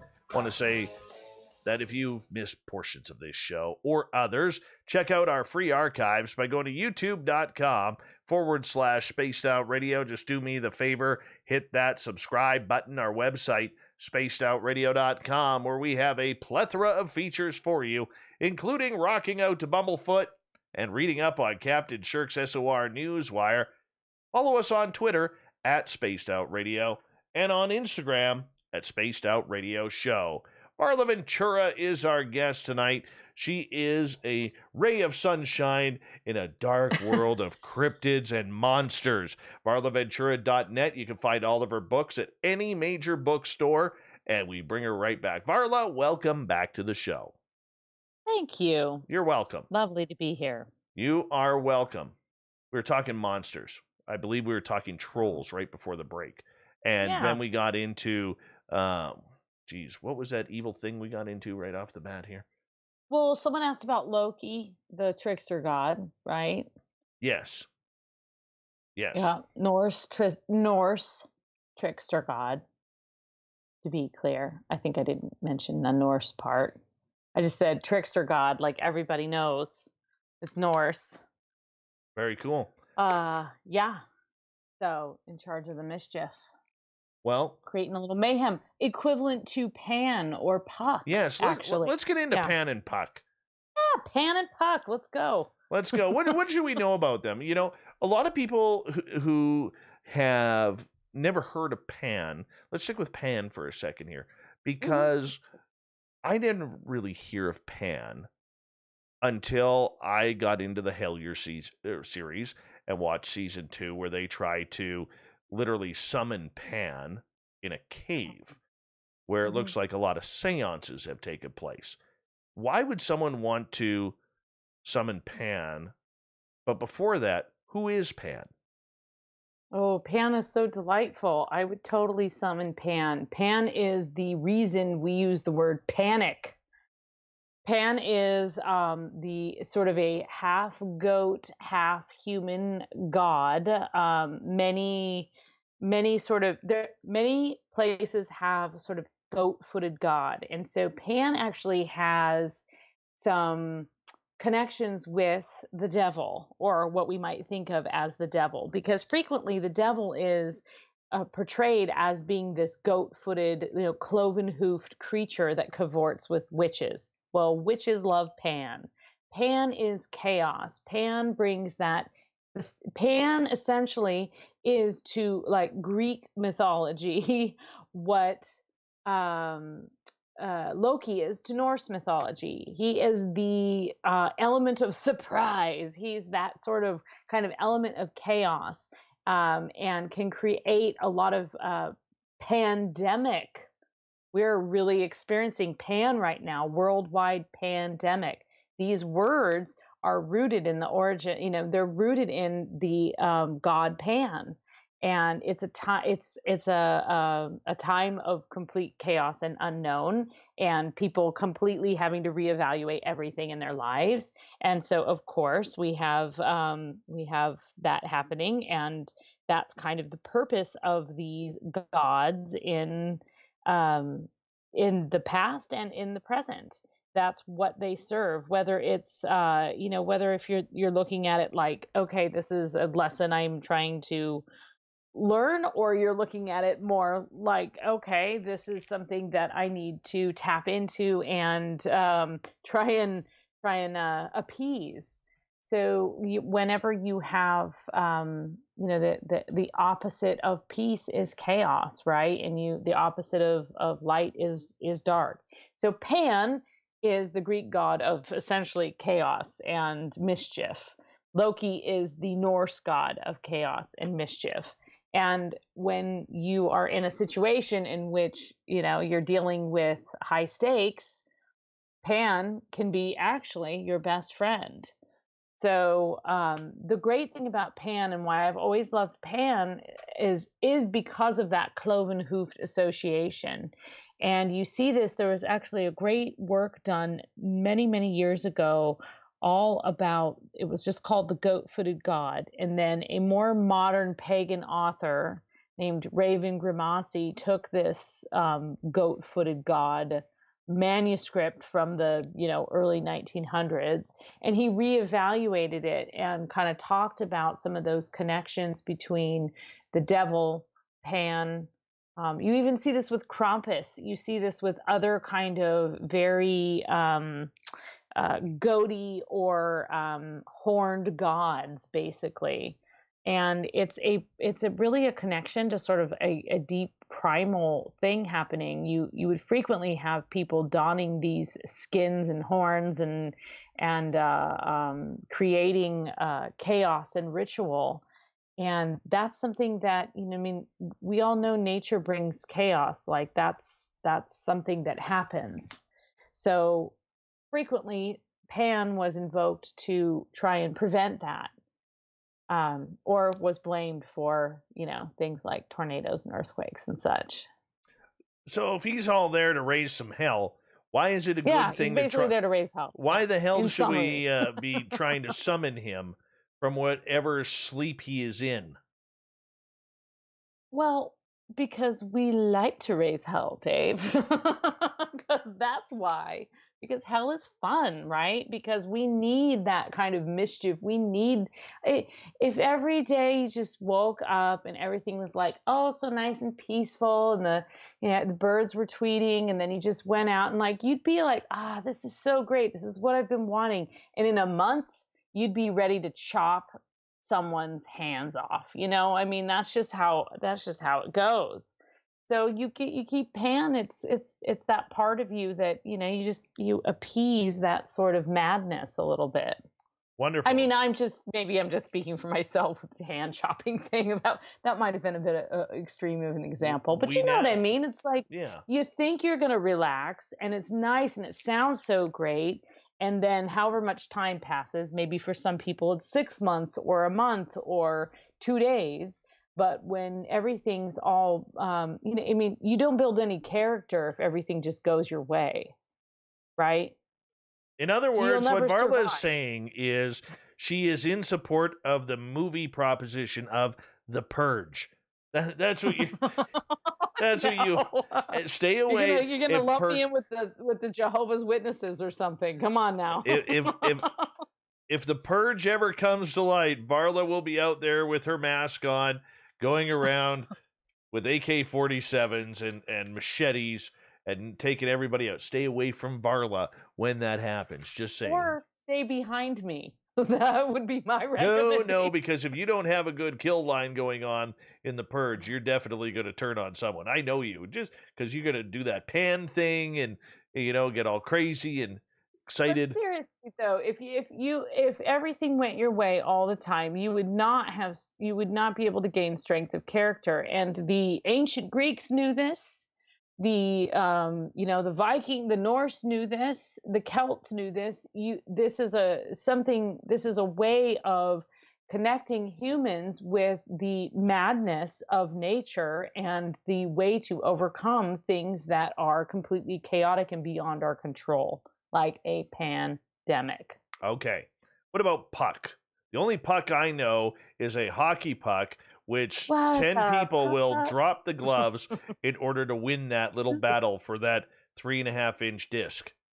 I know, right? It's funny to me. I've actually tried. I'm still working on the connection between puck, the sort of magical pan-like spirit, and the hockey puck. And I know that there's an element of chaos involved in hockey, right? There's a scramble, but puck is essentially sort of more like the Roman or more Anglified variation of Pan.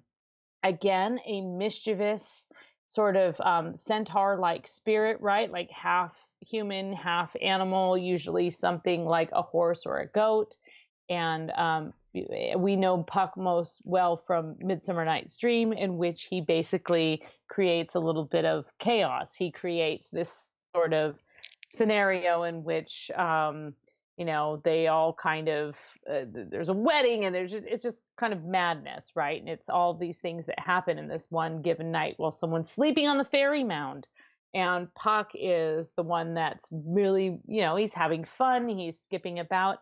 There's also a childlike element to Puck, which is very much like Pan. I mean, Pan is like the toddler of the pantheon, basically, right? Because we all, if you're a parent or you've been around a toddler, you know what kind of havoc they can wreak, and next to no time, they can completely upend your life or your living room or whatever it is.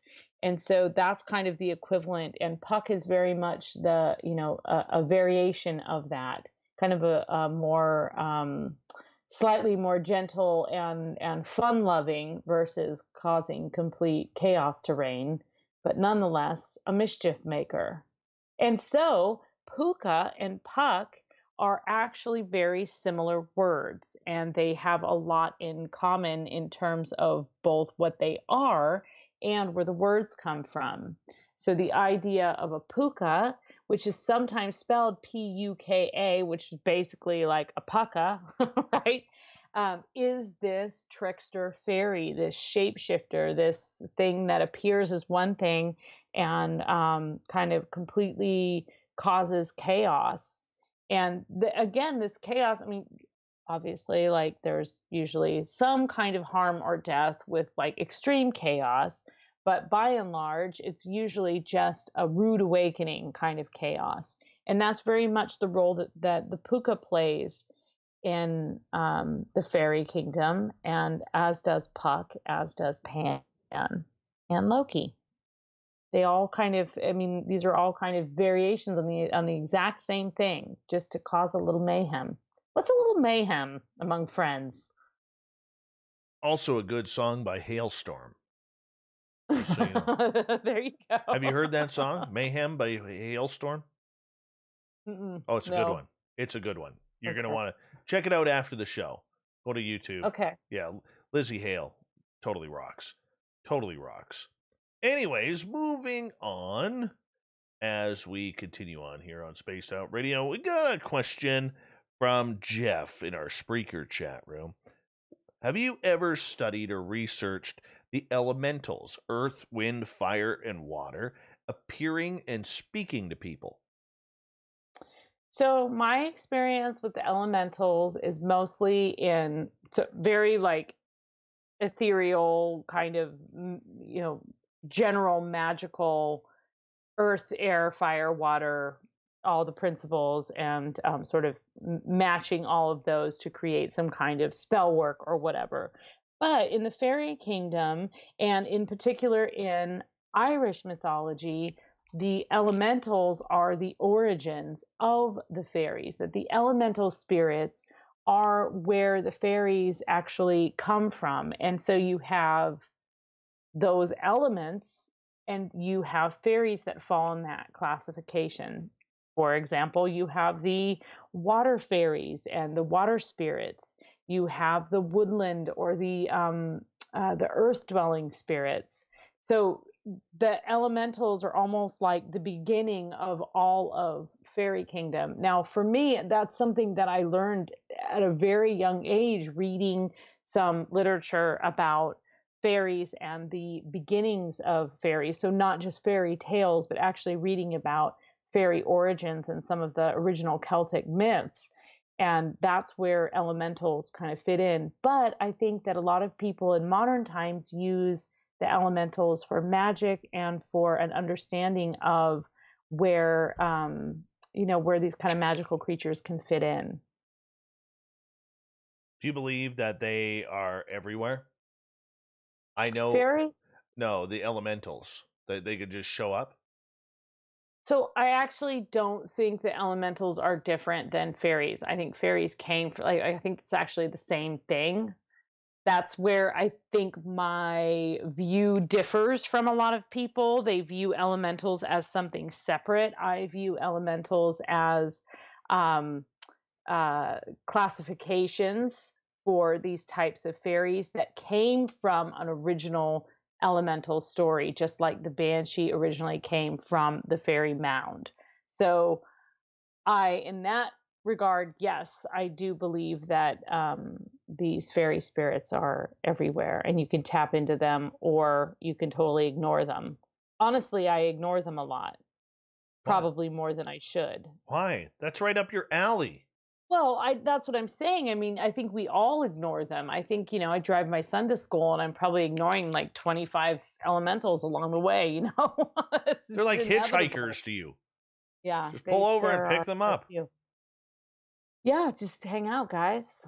We're going to just light a candle at midnight. Do you ever worry, because of the realm you're in, and I go through this as well, Varla Ventura. Do you ever worry that you're bringing the energy of all of these home to you? No. Why? Because I'm not worried about it, because I like them. So I don't worry about them. I'm not, you think I'm going to or you think like something negative? Yes. Like, I got my ways. I've got my protective ways. I'm really not worried. These things don't scare me, Dave. They really don't. And I don't feel that there's a sort of evil presence that I need to be worried about. And I'm way more concerned with creepers like real life humans that might show up outside my doorstep than I am any kind of entity out there. Mm-hmm. I mean, I've faced more than one entity in my life and just come out fine, but humans can do some damage. So I will make sure that two of my listeners, Fapster and Vinster, do not know that you're single.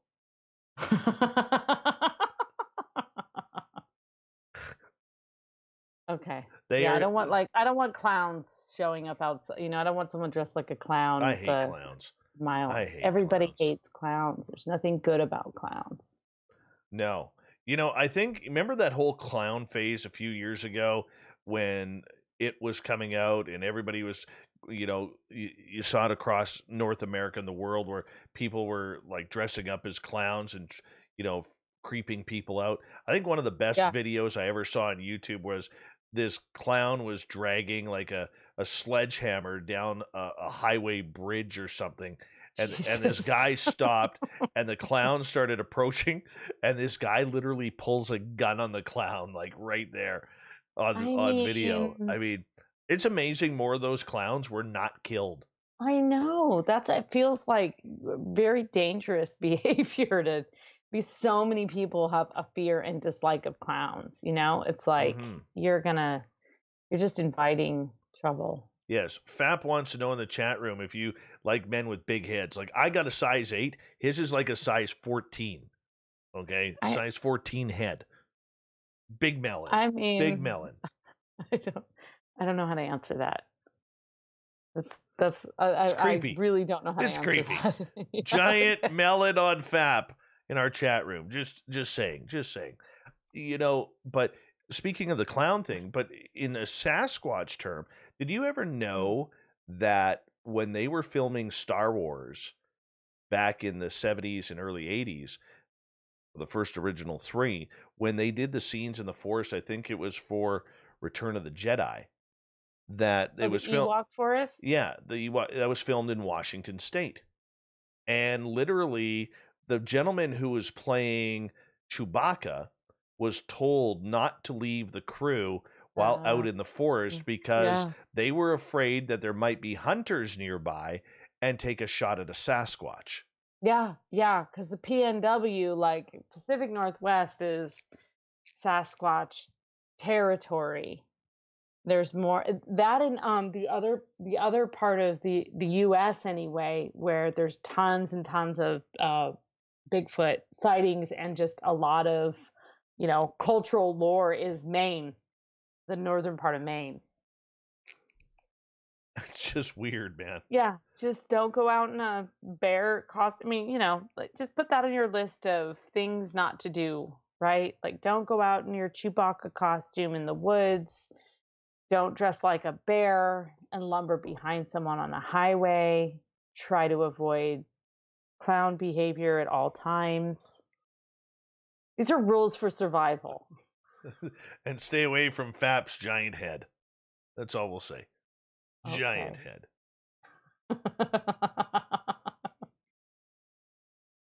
I don't know where that's going, but it's just it's funny to me. It's not go anywhere with internal it right joke. So I have a creepy story to share with you. Oh, good. I started thinking about it because over the last couple of months, I've really got into these creepy pasta stories that are on YouTube. Have you ever heard those? Pasta? That's what they're called, creepy pasta, where people put allegedly true tales and they record the voices, these stories. We've actually started it on our own YouTube channel. We've got 4 of them now on there at youtube.com/spacedoutradio.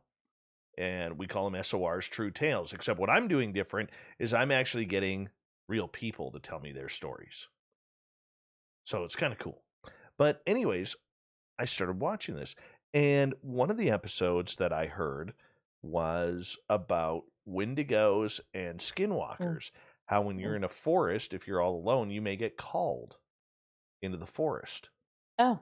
And this brought up a story that happened a couple years ago with my friend Mike, where Mike was hunting for grouse in this gravel pit, probably 15 miles from where we are right now. And he starts hearing my name. Mike, he starts hearing my voice, pardon me. Mike, help me. Come on in here, help me. And yet the voice was all around him. It wasn't in one direction of the forest. He said it felt like it was all around him and that there was no particular direction. Like no matter where he looked, the sound was there of my voice. Now, I'm back in town. I'm at work during the day. I wasn't out in the forest. And in this area, that time of year, there isn't a lot of people in the forest. So it was creepy. And I talked to one of the First Nations elders around here about this about a week ago. And I asked him if we had any Wendigos or Skinwalkers around. And he hadn't heard any of that. But he did say that the forest people, not Sasquatch, but the little people, or the fairies or the gnomes might do that as well, as they are known as tricksters. Ooh. All I said they were to my trying buddy, to lure him. Yes, but I said to my buddy, I said, I honestly believe that if you would have walked in there, you'd have never come back. Yeah, that's pretty creepy. Because there's another First Nations area on that road, on that way. And I don't know what they believe. I got to talk to somebody that I know there. But I don't know if there's Skinwalkers there. I don't know if there's Wendigo in our area. I know there has been Wendigo sightings in British Columbia up north, but not in my area. But I'm going to let you think about that. We're going to leave that amazing. We'll leave that on a cliffhanger because we do have to go to break here at the top of the hour. We have the lovely and talented Varla Ventura, varlaventura.net. Our Cryptid World is what we call her special. Every couple of months we do this with her. I think we got to go once a month with Varla. That's just me. I'll have to convince her of that. Spaced Out Radio continues right after this.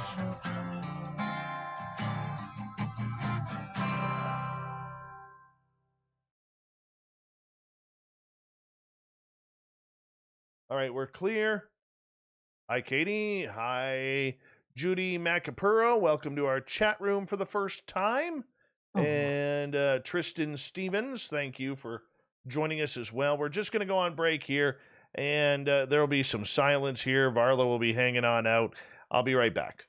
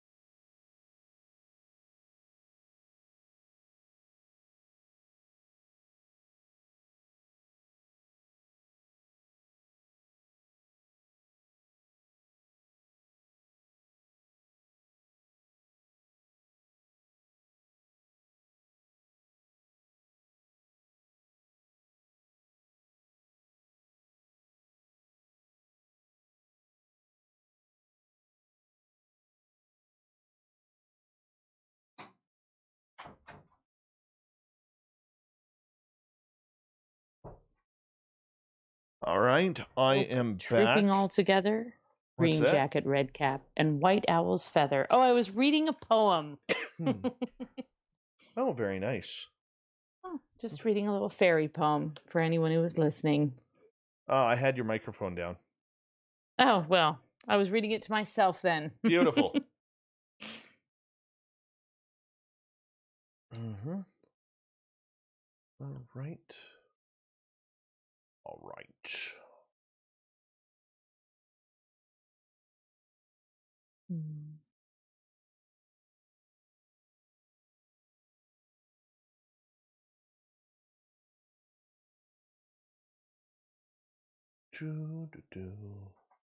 We've got about 2 minutes, hon.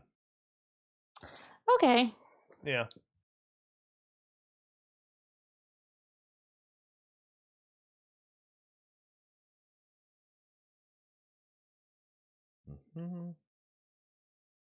I know. Now the audience is mad at me that I had your microphone down. Terrible times, how are you? Welcome to the show. Here. We need to update your bio. I probably need to update my bio.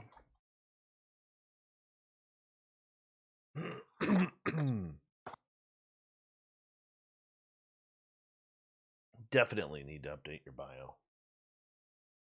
So much bio updating needs to happen. Mm-hmm. Varla Ventura needs to update her bio. Breaking news here on Spaced Out Radio. Yeah. Jeff says, just for that, it's going to snow again for 3 weeks. No, it's not. No, it's not. We're in a heat wave right now. Heat wave.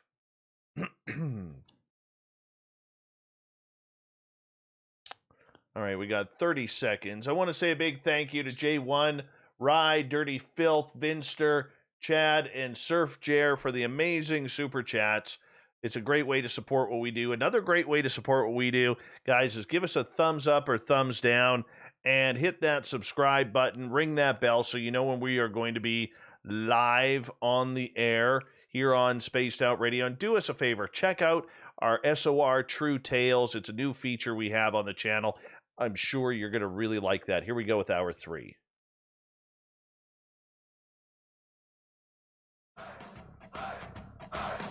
Would you like to connect with us? Head to spacedoutradio.com for all your latest show info. Now, back to Dave Scott and SOR. Here we go with the third and final hour of Spaced Out Radio tonight. My name is Dave Scott. Thank you so much for taking the time to join us. We really appreciate earning your listening ears in the darkness of night. We want to say hello to everyone listening in on our terrestrial affiliates around North America, digitally on TalkStream Live, Revolution Radio, and KPNL. All of our archives are free. All you got to do is go to youtube.com/Spaced Out Radio. Just do me the favor, hit that subscribe button. The Desert Clam has set the password for tonight in the SOR Space Travelers Club. Twyforked. Twyforked is your password. Use it wisely, Space Travelers, as the Clam sets the password each and every night right here on Spaced Out Radio. Our website is spacedoutradio.com, where we have a plethora of features for you, including rocking out to Bumblefoot and reading up on Captain Shirk's SOR Newswire. Follow us on Twitter at Spaced Out Radio and on Instagram at Spaced Out Radio Show. For the final time tonight, we introduce Varla Ventura. She is from varlaventura.net. You can find all of her books at any major bookstore around North America and around the world. She is one of the most talented writers when it comes to all things weird, strange, and cryptid. Welcome back, Varla. Thank you. Got a question right off the bat here from Cloudy with a Chance of UFOs. What is that name? Yeah, I love it too. What is Varla's most positive experience dealing with this subject? Positive. I mean, I would say by and large, the entire thing has been positive. My most positive experience has been traveling in Ireland and meeting people who. I recently was listening to a show and there was an Irish tour guide, and he said, you ask 100 Irish people if they believe in fairies and they'll say no, but leave them in a fairy fort or by a fairy tree at midnight and, you'll hear a completely different story. And so that is definitely the most positive for me, is just that that kind of element of being able to be in an environment that I've read about for years and ask people for their stories and, just kind of hear other people's experiences as it relates to the fairy kingdom specifically. Really? That's just great. It's just great when, just when I feel like, oh, maybe I'm on the wrong trail here, maybe this just can't be, and I'll just get, a complete believer who will remind me that I'm on the right path. So That's actually kind of cool. You get visited by spirits a lot? Yes, but not necessarily fairies, but like ghost spirits. Yeah, fair amount.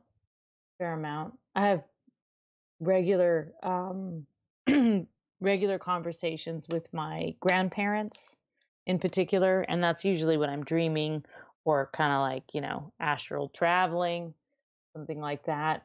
I'm sort of a casual astral traveler. don't really intend to, but the next thing I know, I'm out of body. But yeah, I do. I try and listen. I once had, so I'm more of a, I don't even know what, I call myself a supernaturalist, but I have a friend, he's Scottish. I haven't actually talked to him in many years, but I met him in San Francisco, and he was one of the first people that I met that really, he had grown up in a very strict religious environment in which the communing with anything that wasn't, the Holy Spirit was considered wrong.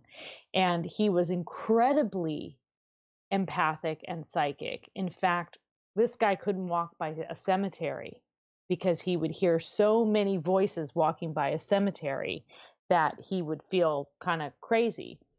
And he once said to me, they just cruise through here. They sit on your little altar, they check out your beautiful flowers and things like that and your candles.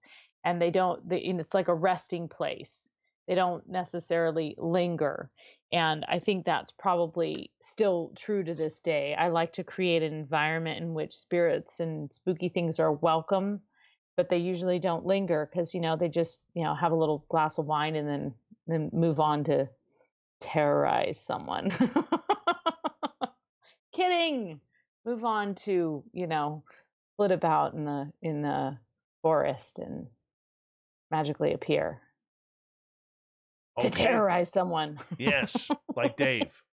Like Nikki wants to know, when you are astral traveling, do you bilocate?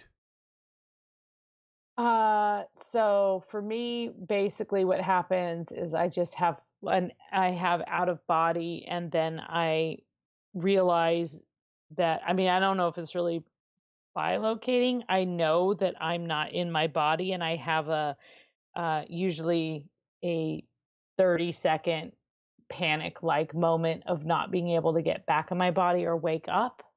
But I usually know where I am at all times, other than, like I'm painfully aware of where I am. So I don't know. I'm so lazy about it. It's just terrible. I'm terribly lazy, casual traveler on the astral plane. I really should be not so blasé, but I'm so lazy about it. I haven't astral traveled in a while. I really haven't. Probably should. Yeah. But yeah, I could hone my skills, and just like I said, I'm kind of lazy about it. And I admit it. Well, all right. Rye is asking, Varla, what do you know about Saturn worship? Why is it such a big thing with the elites? Well, what I know about Saturn worship is just sort of the whole idea of worshiping. So Saturn, like if you're talking about the god, like the Roman god Saturn, we're talking essentially about Father Time, and also sometimes equated with Cronus. So there's a little bit of a facing your own mortality element of worshiping Saturn. And of course, people who are familiar with astrology will know about a Saturn return, which is a time that usually takes place in your late 20s. And I think it happens like every 26 or 28 years. Again, I'm a lazy astrologist as well. Everything I learned before the age of 12. But you have your Saturn return, and that is a time when you basically go through major, it's what some people might consider like a life crisis or whatever, but it's a time when you go through a major transformation, death, mortality. These are the things that we associate with Saturn. So that's about the extent of my knowledge.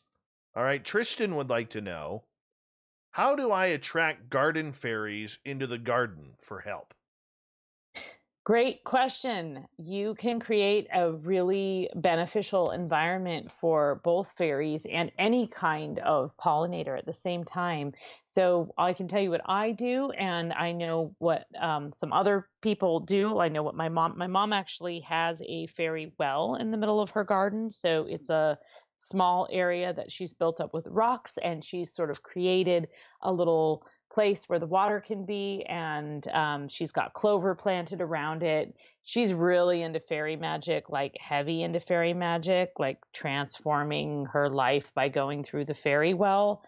I'm more, again, a little bit casual about it, but I always have just a couple of things that you need. A little designated spot, and it doesn't have to be big. It can be kind of a small area.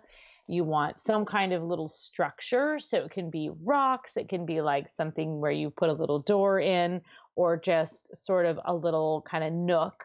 And then beautiful plants, especially flowering plants, and anything that just kind of grows very abundantly and green, and then also some kind of water element. So if it's not a fountain, it can be a dish of water. And then in my household, we leave shiny things for the fairies. We leave little marbles, or occasionally nice little clay sculptures that we've made, or other little gifts. And all of those things, you can do that in a tiny little pot. You can do it in a big section of your garden if you want. But essentially, you're just creating a little designated, like, natural altar that you can, just dedicate to the fairies. Leave them gifts, and they will return the favor. Romantic. Very Isn't romantic. it? Yeah, it's sweet. And it's easy to do, and no offense, it looks good. Yeah, it's easy to do. And you have, if people haven't heard of the Findhorn community, but that's a community in Scotland that worked with the elementals and the fairies, and basically were able to turn otherwise completely craggy, stone-filled limestone land into this abundant garden that grew giant cabbages and incredible plants. And this is a phenomenon. This was in the 70s that this took place. And so it was modern times for connecting with fairy and the fairy folk, and creating this environment that was in harmony with the environment, but also with these natural elementals. All right, let's get to a question from Miller, who is asking, how do I treat a vampire bite? Carefully. I mean, really, a vampire bite, if you've actually been bitten by a vampire, there's not a lot you can do, right? If it's gotten to the point where a vampire's gotten that close to you, you're probably going to be infected. That's inevitable. It's not like you can just rub garlic on it and get rid of it. I know a few people who have been bit in the face by bats. So if you actually do think of like a bat may have bitten you, you probably need to go get like the rabies shots just to be on the safe side. But yeah, man, I don't know. You believe, though, that there are actual vampires walking on Earth? Yeah, I do. I think that they fall more in the realm of the psychic vampire, the sort of energy vampire. I think there's a lot of those, and I think there's a lot of really irresponsible and unawakened vampires. So if you have a person who has like extreme psychic abilities, and then they never really tap into them, then they just kind of occasionally have these experiences. And in the same way that vampirism can be very similar to that. You can have a unawakened vampire who doesn't realize that they're that they're kind of an energy vampire, and that they're relying on and basically sucking on and preying on other people's like energy and life force, and they're sort of irresponsibly just walking around being a user. If they're awakened, they will transform and use that responsibly. But I would say that the number of people who use that responsibly is less than the number of people, and I'm not disparaging vampires. Awakened vampires, as you well know, are some of my closest friends. But the unawakened vampire roams out there, and that's the real danger. That's the one that, drains you of your energy, gets you to do things you don't really want to do, gets you in compromising situations, can get you into abusive situations. Those are the real vampires out there. All right, let's get to a question from Bombshell Bomber, somewhere in Canada. She's on the East Coast. She's up late. Also a rad name. Yes. She is asking, Varla, have you ever heard of water babies? What are they? Because when I was really little, allegedly I said I knew real-life water babies, so I'm told. Oh, I have heard of water babies, and they're basically little water nymphs that are in the form of children. They appear in a few different stories that I've read, usually in kind of the from the British Isles, in ponds. You see them a lot in ponds, not necessarily like something that you'd see in the ocean. So not specifically related to mermaids, but maybe more related to like water nymphs. And they're sort of childlike spirit guardians of the water. So that's very cool. Are they scary? No, not at all. Actually, there's no. I've never read a scary water baby story. Did they scare your listener? Because everything I've read about them is that they're just, sort of these magical, sweet things that appear and, remind you that the water is enchanted. There's scary water spirits, but the water babies, not so much. What's a scary water spirit? Well, I mean, anything that might drown you. Mermaids? So, mermaids, yeah, mermaids are super scary. Come here, can't you just help me out of this tide pool, please? I just wait. Can you just put me a little further into the water? Just a couple more feet. Just go out, and then the tide just grabs you, and it's all over. And then you're just being pulled down, and you're drowned, and your soul is forever trapped beneath the sea. Terrible. Terrible. That just freaks me out. It's scary, but it's scary for a good reason. I mean, if you've ever spent, I know you have, we've discussed this in the past. I know you personally have not spent time in the ocean. You don't like the ocean for swimming or anything like that. I certainly have spent time, and I have spent a lot of time on the Pacific coast, the Northern California Pacific coast, which is quite treacherous, and there are a lot of long-fingered tides that can pull you in all directions, and it's very easy to get disoriented, and it's very easy to kind of answer that mermaid call in those situations. So it is scary. I mean, mermaids in particular are scary because, like, in a lot of these scenarios, we're talking about you just being in, like, a natural environment. Maybe you're in the woods or you're alongside a road. But with mermaids, we're talking about like drowning. We're talking about an environment that you will not be able to breathe. And no matter how much the more you fight, the harder you fall, So they're particularly terrifying in that way. What other sea creatures or elementals are out there to get us? Because I'm just thinking this is more reason not to go into the ocean. Well, not necessarily out there to get us, but you do have the water horses. You have the kelpies, which are basically like sea horses. They're very popular and known in Scotland.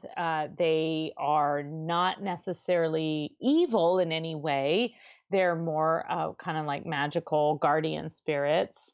You have your typical kind of like inland water nymph, also very mischievous and can kind of tease you, but doesn't, most people don't necessarily drown in the pond in the park nearby them.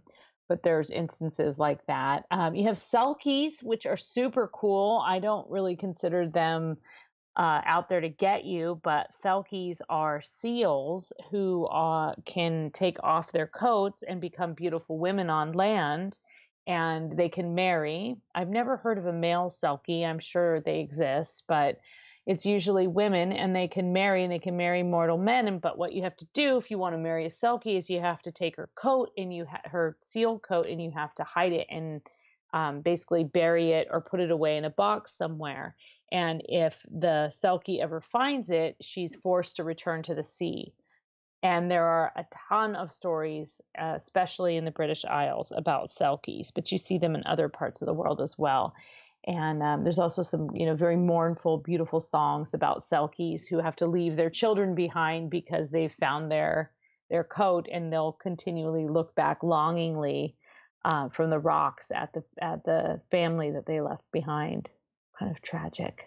Have you ever heard of the Headless Valley in the Nahanni Valley in the Northwest Territories of Canada? No. This is something that I am just absolutely enthralled about learning about. And one of these days, I am going to try and find someone. Very few people actually report on it. But allegedly, going back a number of years, they're not sure what it was causing it, but all of these explorers went missing. And when they found them, all their heads had been ripped off. Not cut off, ripped off. And they believe that it might be some sort of creature that was doing it, or just some crazed human being. But yeah. Either way, it's an intriguing story. Yes. Wow. Creepy. And the legend still goes on. Still goes on. Oh. But, I mean, you don't hear about the people getting their heads ripped off anymore. But the legend of the story is still there. And it's much intrigue to a lot of people in the Sasquatch community because, if it's a rogue Sasquatch or a rogue Sasquatch clan that is very violent protecting their area, makes sense. Well, you know more about Sasquatch than I do. Is that I mean, that seems like atypical to me, but I don't, that's not my area of expertise. But it seems to me like most Bigfoot are elusive and not necessarily aggressive. In certain areas.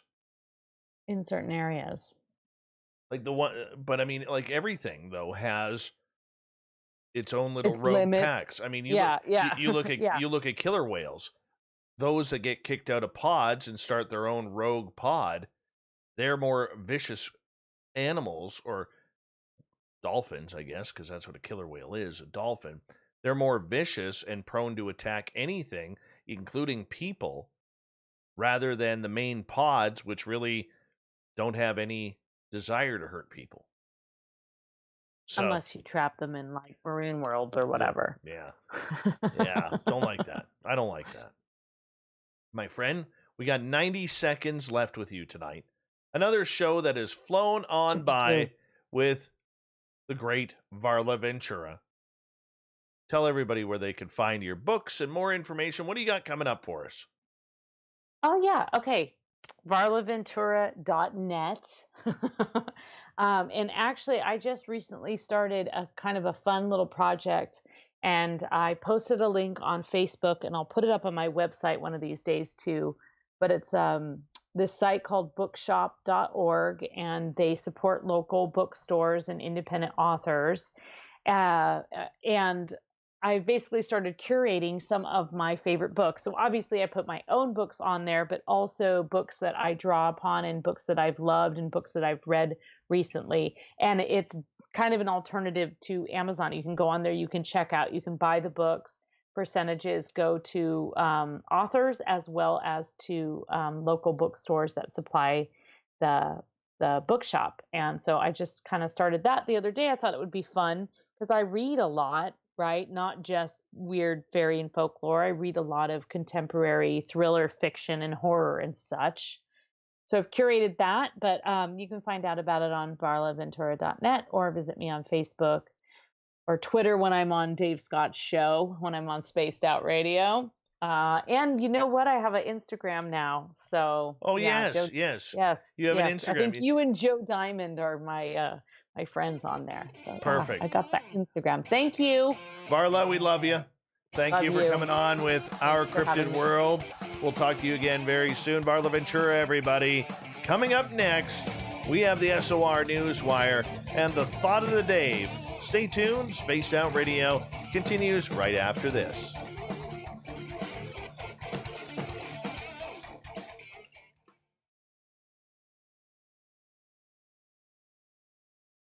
High quality show there, Varla Ventura. That was great. Thank you. Always doing lots of questions. I know. Always love that. I know. Makes it easy, right? Do you want to come on It's once a nice. month? Do you want to think about that? Sure. Yeah. I'll come on once a month. I think it's fun. Yeah. I have to ask you a question, though. Is that a deflated watermelon on your wall? That's a hat. Is it? Hold on. Okay. It looks like a deflated watermelon. No, it's from a here, hat. So. See, Okay. in the Canadian Football League, the Saskatchewan Roughriders, they're weird people. Their fans are weird people. So they'll be sitting in like minus 30, minus 40 degrees Celsius with no shirt on, and they wear watermelons on top of their head because the team colors are green and white. Okay, So, that's like the equivalent of Wisconsin here, Yeah, basically. yeah. It'd be like it's the same thing as Same thing as the cheeseheads, right? Yeah, okay. Same thing. Shirtless cheeseheads. Yeah. Seen 'em. Yeah. Okay. I All right. don't get it. So one of our Saskatchewan listeners, the Ukrainian watermelon, little Ronnie Moniak, sent me that Awesome. hat. Awesome. Okay, but it is a watermelon. So It is I a got watermelon, yes. Awesome. Good to know. What else can you see back there? Right above me, you can see my blue orb beside my Sasquatch search kit. The blue orb. That'd be right about here. No, hold on. You're looking the other side. I'm looking on YouTube. Oh yeah, there's the blue orb. Mm-hmm. Yeah. Yeah. Some guitars. Yeah. Got the guitars. What else we got here? Yeah, your search kit. I like your alien candles. Hold I on. have a gnome candle that I won't burn. I just can't bring myself to burn it. It's so cute. You'd probably like to burn it. I would totally not burn. I got Carl candles. Those are cool. Yeah. One of these days I'm gonna get figure out how I can sell these. Not these ones. But just in general. Yeah. One of these days. Figure it on out. Figure it on out. That's okay. That's okay. Well, great show. Thanks. Great show. Great show on you. Thanks for having me again. That's what I do. You always make me look good. I appreciate No, you do that yourself. I just show up and play the moron on this side of the microphone. it. Oh, hardly. Hardly. All right, my friend. You take care. Hardly. We'll All talk right. soon. Hey, Thanks, Dave. read that thing. I'm calling you in a few days. Yep. Read that thing. I have it pulled up already. Good. Yep. Talk to you soon. Yep. Okay. Bye-bye. Good night.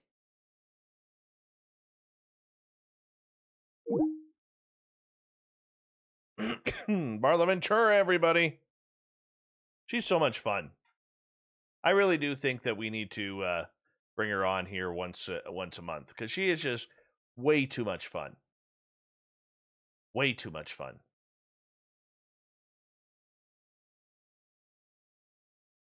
That's my opinion. What do you guys think?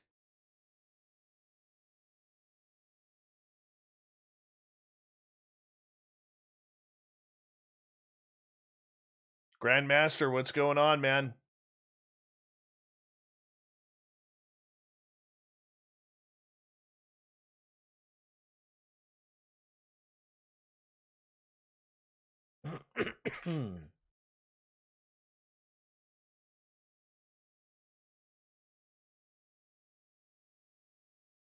Thought you guys would think that. Cool.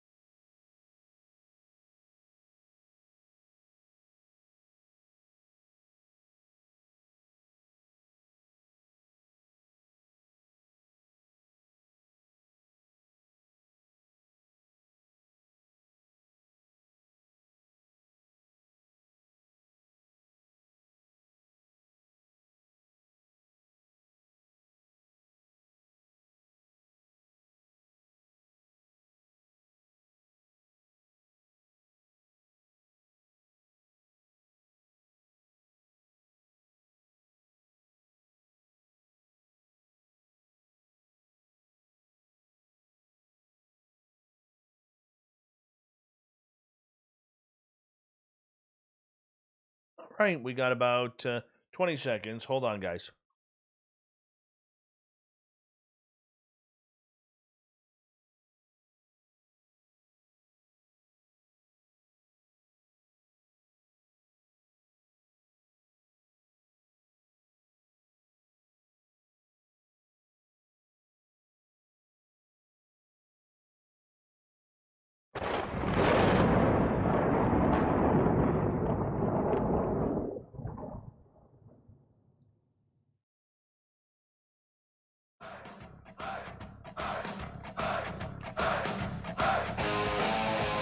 We rounded third. We're heading for home tonight on Spaced Out Radio. My name is Dave Scott. Thank you so much for tuning us in. We really do appreciate earning your listening ears. We want to remind you that if you've missed most of this show or others, check out our free archives by going to youtube.com/Spaced Out Radio. Do old Davey the favor, hit that subscribe button. Our website is spacedoutradio.com, where we have a plethora of features for you, including rocking out to Bumblefoot and reading up on Captain Shirk's SOR Newswire. Follow us on Twitter at Spaced Out Radio and on Instagram at Spaced Out Radio Show. Speaking of the news, let's do this thing, shall we?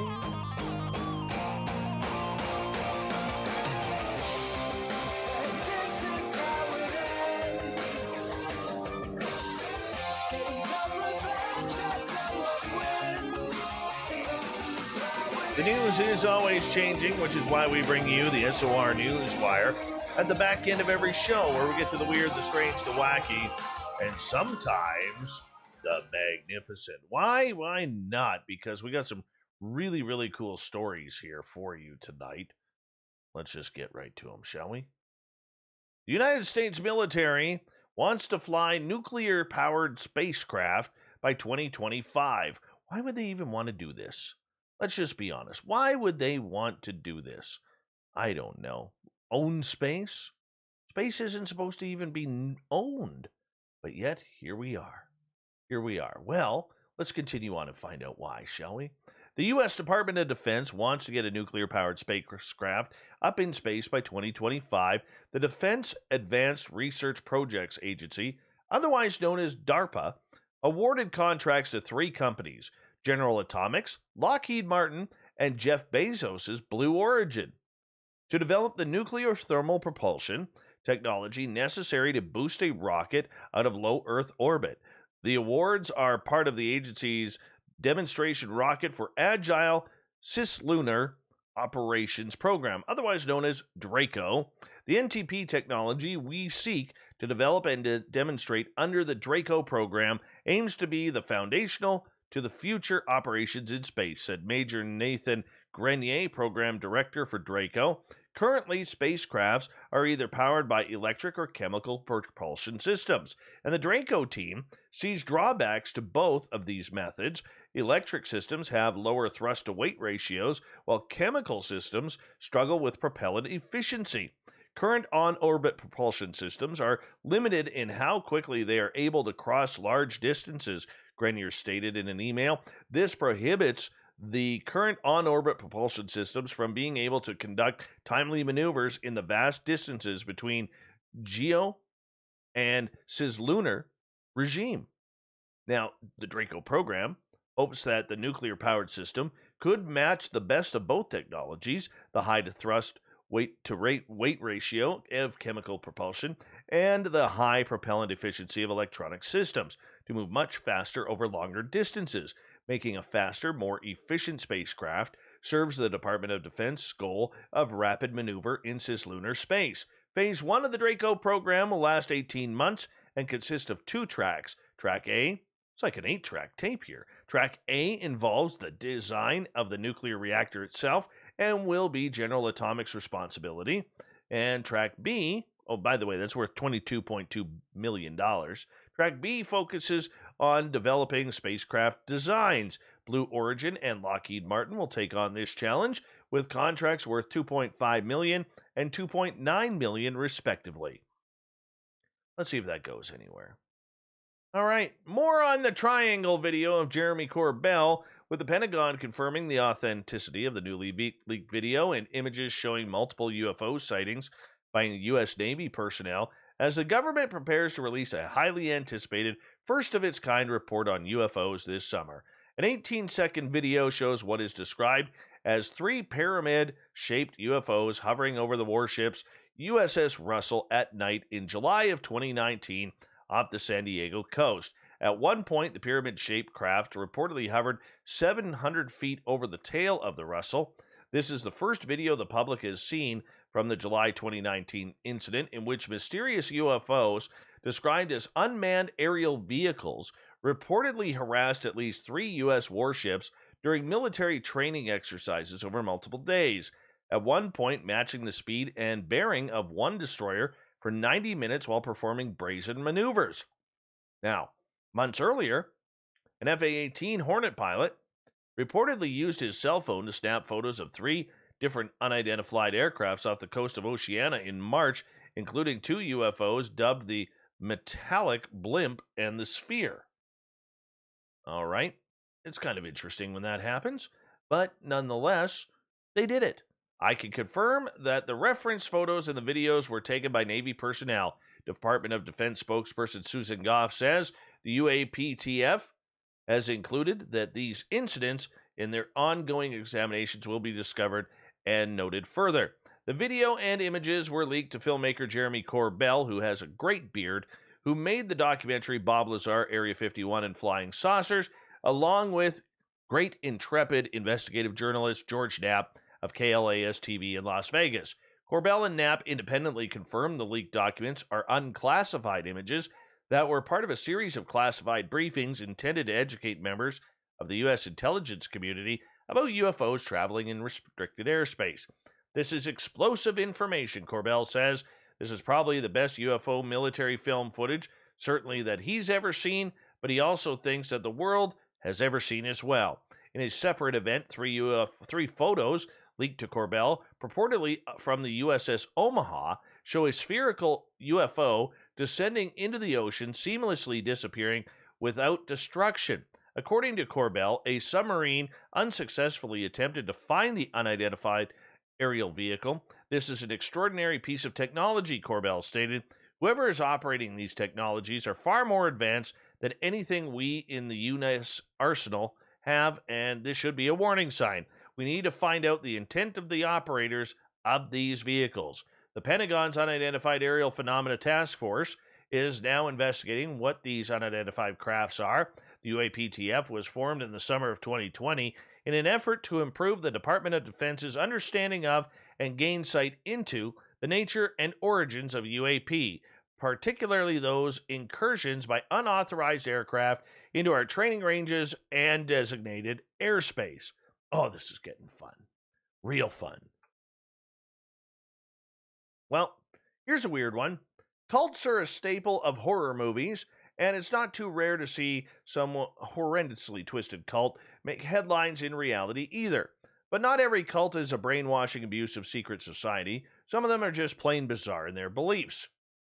Yeah, let's take a look at some of them. We actually cover these cults in a recent story. The cargo cults are found around the world, but are particularly common on some South Pacific islands. The local tribes follow these faiths, warships, Western military technology, and soldiers as either deities or their emissaries. Some have constructed life-size replicas of military cargo planes, while some stage imitations of flag-raising ceremonies and military parades. The cults got their beginning during World War II when Allied and Japanese forces used the natives' islands as naval bases. The foreign troop brought with them technology and foods the natives could have ever imagined. After they left, they started imitating the soldiers' routines in hopes that the cargo planes and ships would return. Oh. Gage Theology. What is this? It sounds like Scientology, but this cult is, believe it or not, even more bizarre. Originating in Russia, the members of this cult venerate a peculiar deity, the female cartoon mouse Gadget Hackwrench from the Chippendale Rescue Rangers. It is a bit unclear why Gagetology is a parody of established religion or an actual cult, but it's weird nonetheless. The adherents have constructed altars and written sacred texts and religious hymns with a single goal, bringing their cartoon god to life through sheer force of faith. Realism, well, we've heard this one before. These aliens, known as Elohim, supposedly revealed themselves to French motorsports journalist Claude Vorillon in 1973. He assumed the name Real and has grown the movement over years to some 100,000 adherents. As far as cults go, Realism is pretty harmless, mostly just weird. They believe strongly in sexual meditation, although they do emphasize consent and excommunicate anyone found guilty of abusive sexual practices. Oh, and they've claimed to have successfully cloned a human being in 2002. When journalists asked if they could see the clone, the cult responded with a firm no. Chen Tao. Chen preached to his followers that our solar system was 4.5 trillion years old and about 300 times older than the entire universe, according to current theories. It is also created as a result of an alien nuclear war. Each of us have 3 separate souls, claimed Chen. He also stated that God has saved humanity on 5 separate occasions when he descended to Earth on a flying saucer. The Brethren is a movement known as the Garbage Eaters. Yeah, the cult is a brainchild of one Jim Roberts, who founded it as an offshoot to the Jesus hippie scene in the 70s. This could have gone down a dark path. The Manson family was born around the same time. Luckily, Roberts wasn't out for blood. All he asked from his followers was to give up everything. Houses, cars, personal possessions, even clothes had to go. Roberts insisted his followers lead homeless lives, discourage it bathing, and encourage them to eat trash and discarded food. How is that? Sounds yummy, doesn't it? Everybody needs a hobby, no matter how inconsequential it is, and any hobby becomes infinitely more enjoyable when you can share it with like-minded people. But in this case, sharing your hobby turned out to be the worst possible decision. An Italian mafia boss's love for his native country's cooking led to his arrest a couple of weeks ago. 53-year-old Mark Ferrin Claude Biart is suspected of being a big player in the Calabrian crime syndicate. Italian authorities ordered his arrest in 2014 for alleged cocaine trafficking in the Netherlands. However, Briart was never arrested. He seemed to simply vanish, leaving police no clue as to where he might be. We all know that Briart actually moved around town from Boca Chica in the Dominican Republic. He kept a low profile, led a quiet life, known to locals only by his first name. Had he kept that up, he probably would have got away with it till those pesky YouTubers came along. As it turns out, Briart is an enthusiastic amateur cook, loves Italian cooking, wanted to share his cuisine from his home country with the rest of the world. So he decided to do what everyone does, start a YouTube channel. Yeah, on the channel, Briart would share his recipes and cooking techniques. At the same time, he'd extol the virtues of authentic Italian cuisine. Didn't seem to be the smartest thing for a fugitive to do, though, as all the internet could see, but Briart wasn't dumb, and he took precautions. He meticulously hid his face on every single video. Might have also counted on the cops not suspecting that a mafia boss would be posting hobby videos on YouTube. Well, he bet wrong. Yes, Briart's arrest is part of a large-scale international effort against the organization. Launched last year, the program aims to disrupt the crime syndicate on every continent, and for good reason, too. The crime family is one of the most notorious and violent of Italian mafia organizations. It dabbles in an impressive portfolio of criminal activities, including kidnappings, drug trafficking, murders, bribing, and more. The police effort is bearing fruit. In addition to Briart, another boss was also arrested in Portugal at the end of March. Francesco Pelle had been on the run 14 years. He stands accused of organizing an assassination attempt on a rival mafia boss, which failed to kill its target but resulted in the death of his wife.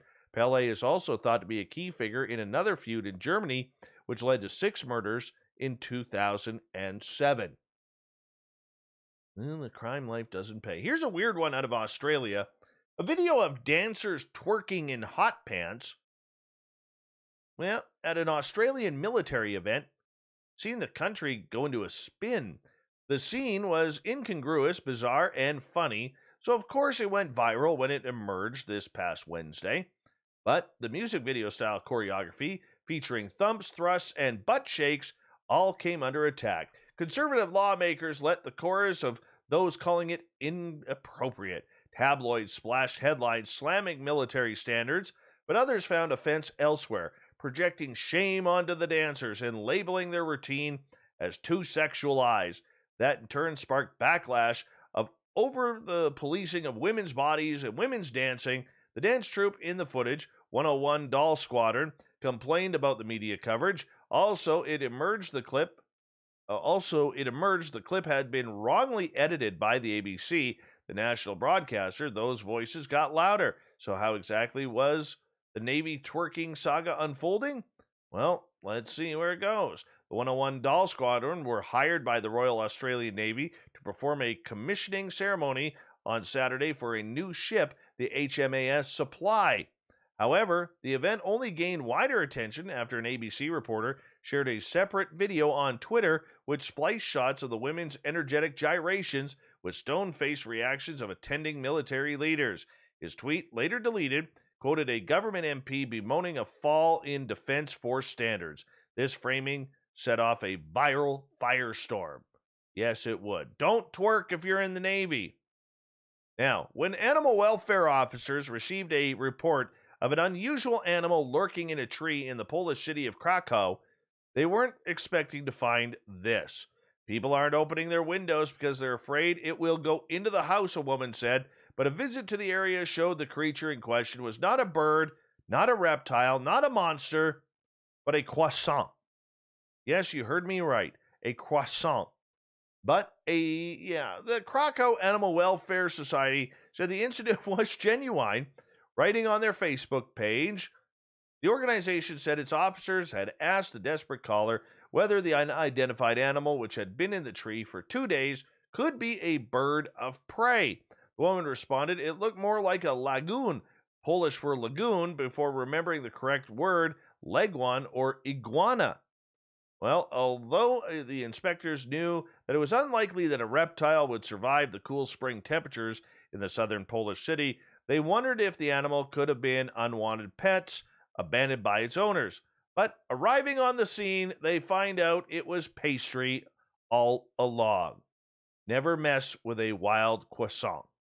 Oh, if you want to get into the black market, this may be the one for you. Just saying. Apparently, you know how we all have that drawer filled with ketchup packages that we get from fast food places? Well, apparently there's a shortage of ketchup. People are now putting their unopened packets up for sale on eBay, Facebook Marketplace, and elsewhere for prices ranging from $1 per pack to over $1,000 for just a few. The trend was first noticed by the Wall Street Journal, which interviewed some of the sellers taking advantage of the ketchup crisis. Like Indianapolis woman who sold off 20 packets for $8, and a man from Illinois that tried selling single packets for $4 each. There's a shortage. Don't try to lowball me. I know what I've got, said one person.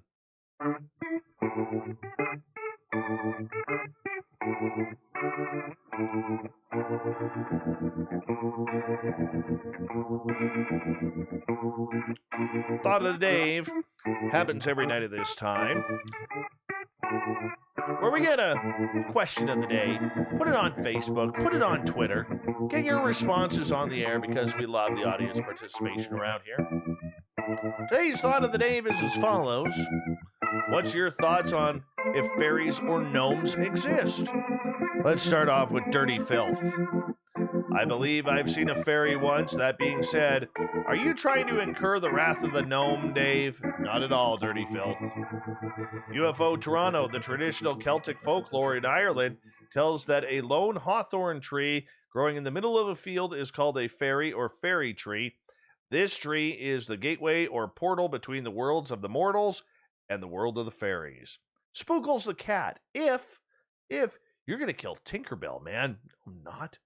John, I found a strange phenomena when I did a bit of research on this years ago.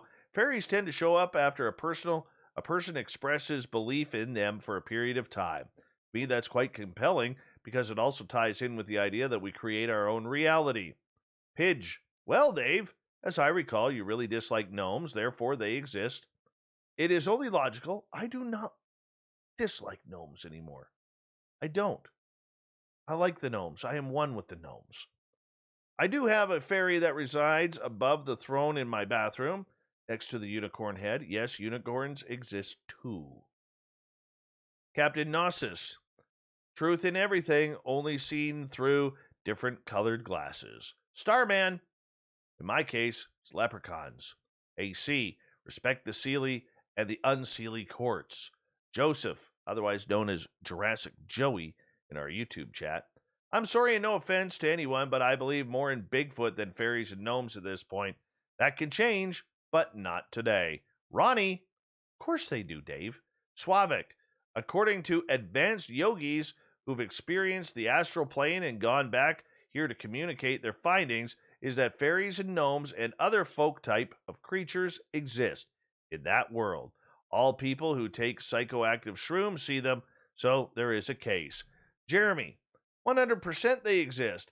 It's the only explanation for my missing socks from the dryer. Arturo.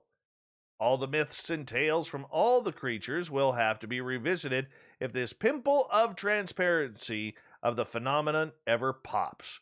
Call Dr. Pimple Popper for that one. Elf. They're flying the craft. Sasquatch Sean. Maybe when people were more tied to nature instead of skyscrapers. Good point. Let's see, we get a couple more in here. Jack, something approximating those beings does seem to exist based on very credible witnesses. Corey, only in the Hallmark shows that I watch, as in Corey, because he is addicted to that. I want to say a big thank you to everybody participating in the Thought of the Dave. We'll do it all again very soon on Facebook and Twitter. Thank you to Captain Shirk for a wonderful run of SOR Newswire, because that's kind of what we do around here with Shirky Poo. And of course, to the lovely and talented Varla Ventura. VarlaVentura.net is her website, and we're going to make a strong case for bringing her on once a month, because I know you love her too. We got Mr. Ron Bumblefoot Thal rocking in the background with Little Brother is Watching. Bumblefoot is the official music of Spaced Out Radio, rocking us in and out of every single show. Get your horns up for the guitar god himself. Special thanks to everybody listening in at home, at work, in your cars, wherever you may be. Thank you to everyone in our chat rooms tonight on YouTube, LGAB, Revolution Radio, Spreaker, the Space Travelers Club, Facebook, and the Snarkers and Snarkettes led by Derek at hashtag Spaced Out Radio on Twitter. Remember, this show is copyright by Spaced Out Radio and SOR Media Ventures Limited. Thank you so much for choosing to share your evening with us. Because together, my friends, we're watching. We own the night. Mr. Bumblefoot, we need a favor. We need you to take us home.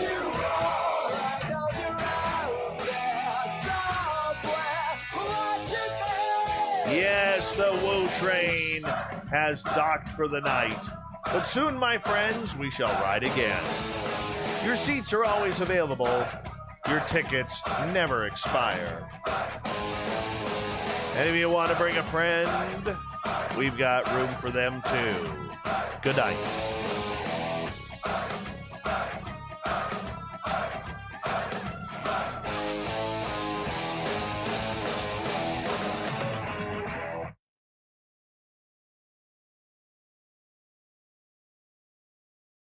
Woohoo! Good show, people. Good show. Varla Ventura did a great show again. Just to, kind of tighten it up there. And I don't even know what the hell I'm saying. I'm talking for no reason right now.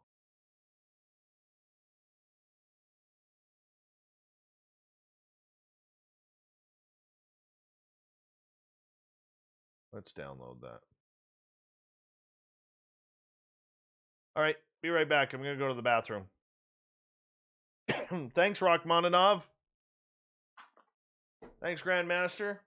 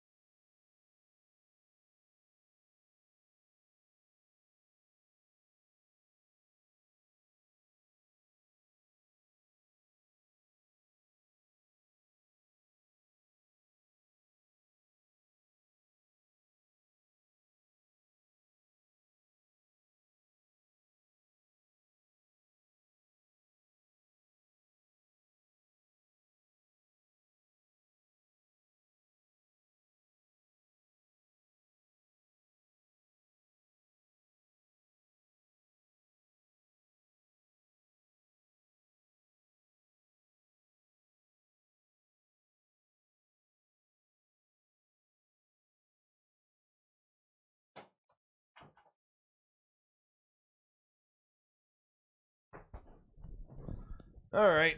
Old Davy's back. Hey, Super Quest, how you doing, buddy? How's work tonight?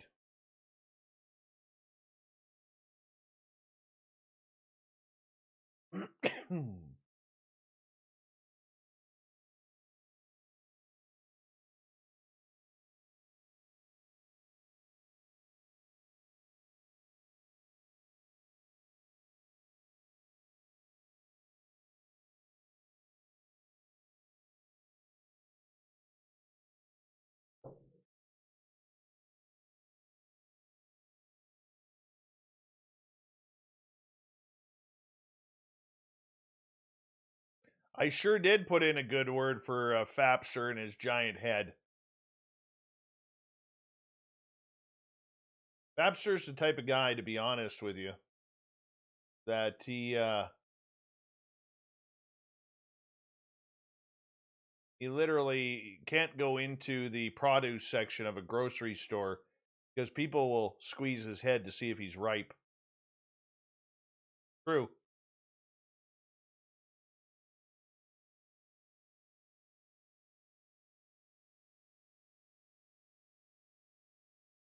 Kirk, I always wash my hands.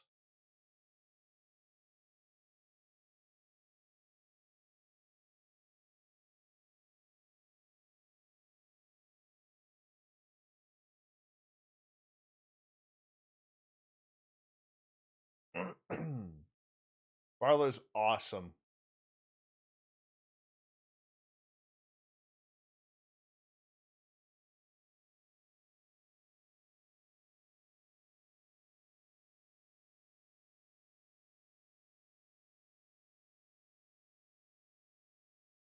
Good night, gorgeous Kira.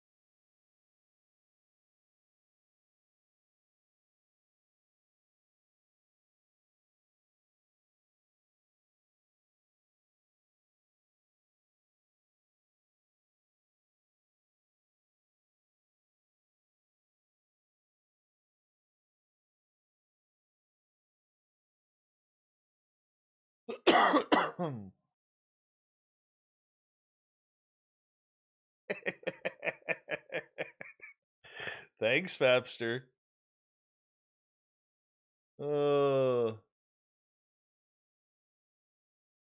Probably did, but it's still funny.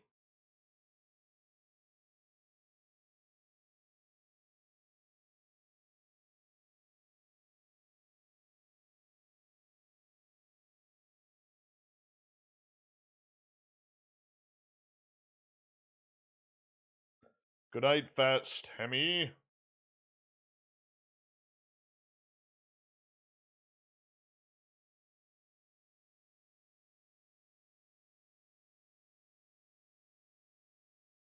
I was reading an article when I took my dog outside, and apparently Vancouver Canucks fans have had enough of the general manager of the hockey team and have raised enough money on a GoFundMe page to fly a banner over the city asking the ownership of the Canucks to fire the general manager, saying 50 years without a Stanley Cup, because we'd never won a Stanley Cup here, is pretty much enough.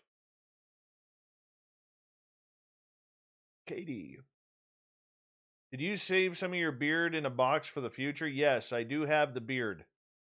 I did save it. Would you like it?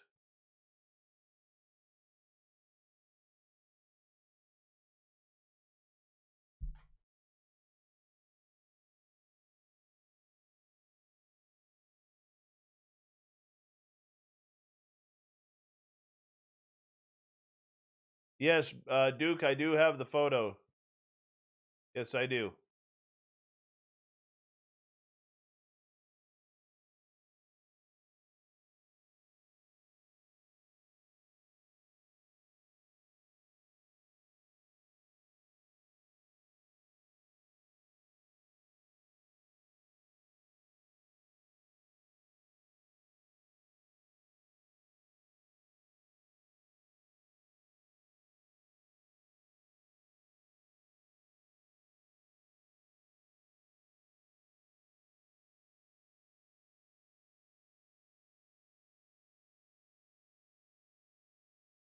How's awesome Annie Svensson doing?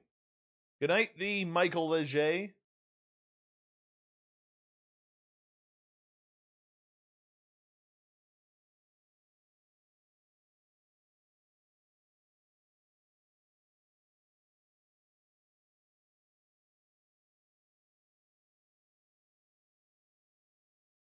Hey, Aussie Rob, how's tomorrow looking? Or later today looking? How's them ham hocks? I got to wear shorts today, Aussie Rob. Got to wear shorts today. It was a balmy 18 degrees Celsius here. I hope Grandmaster sent me his beard.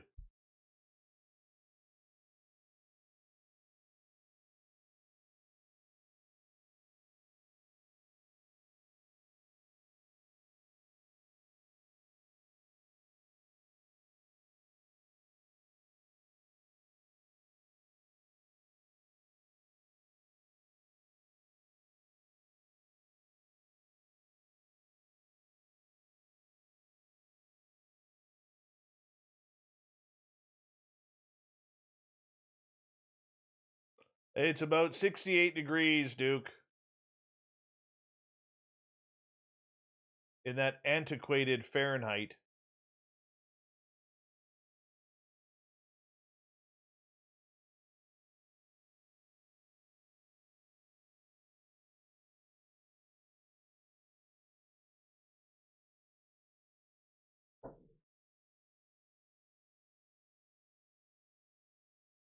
Aussie Rob sending me a picture of the ham hocks. Very nice. I'll check that in a second.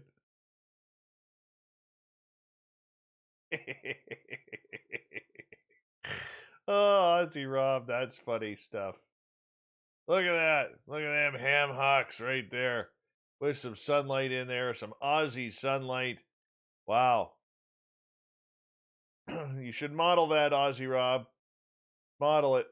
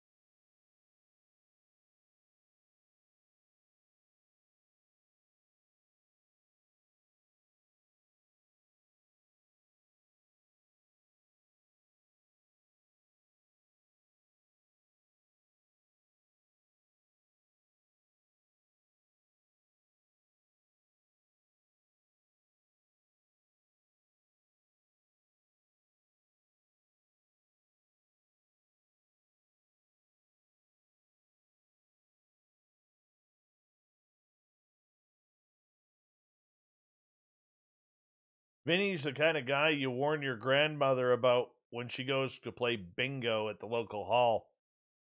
Because he's there cruising. You know what I mean? Hey, Brutus, where you been hiding lately?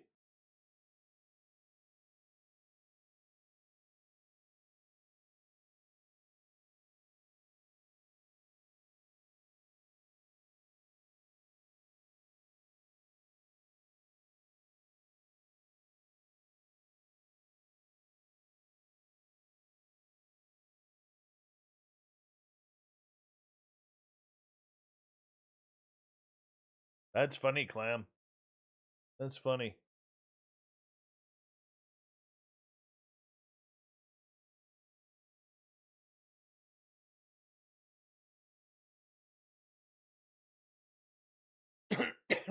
Anything over 73 degrees, the waste of heat.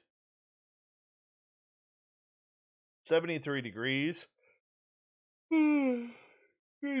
is perfect. You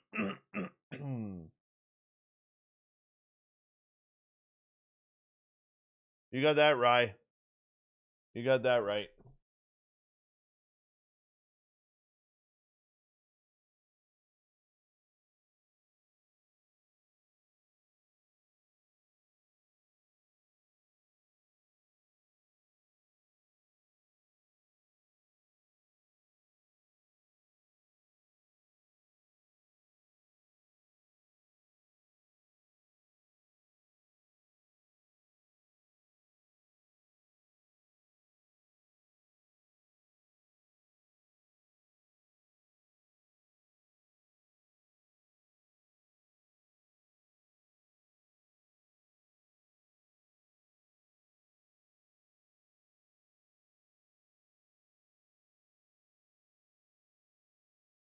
Thanks, Sinister Shorts. Good to see you. That's Aussie Rob Marie. Always has the ham hock smoking. Don't do live calls, UFO Not. I hate telephone calls. I really do. And I don't have a good enough system for phones in order to do that.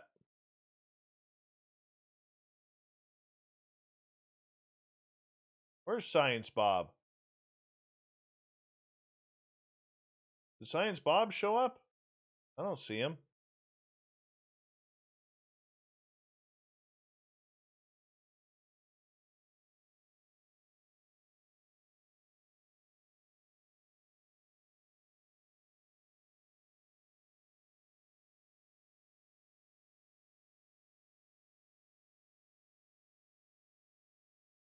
Binster became a truck driver just so he could have some lot lizards over at the local truck stop.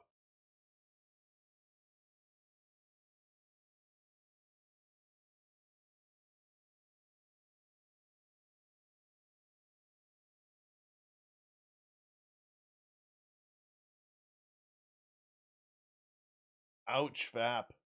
That hurts. Mystic Walk, how you doing? Thank you for joining us in our chat room.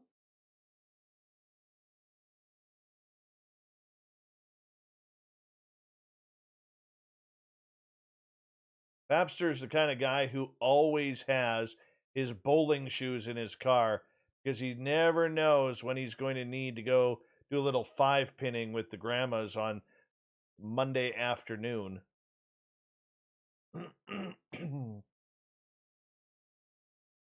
I can't put Steve Istall on the air.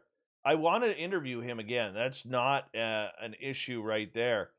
But I have to do it in a different way. On like a Saturday night special or something.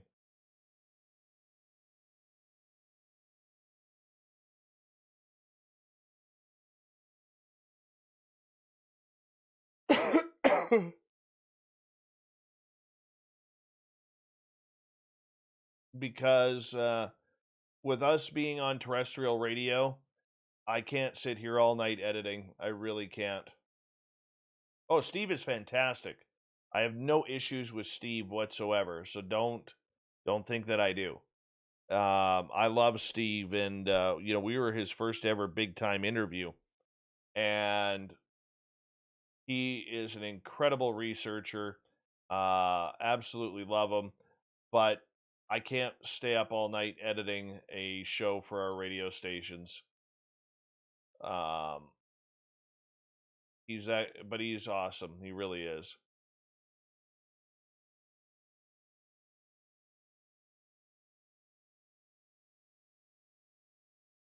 I heard that Fap and Vin head down to the seniors' home, try and pick up the ladies with a good game of canasta.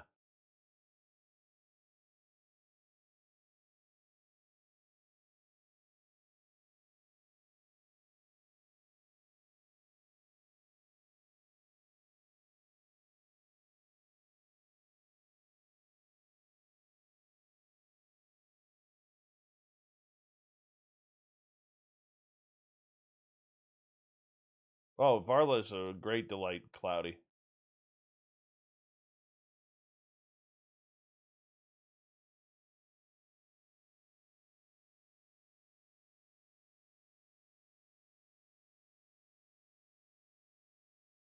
Give me 2 seconds, everyone.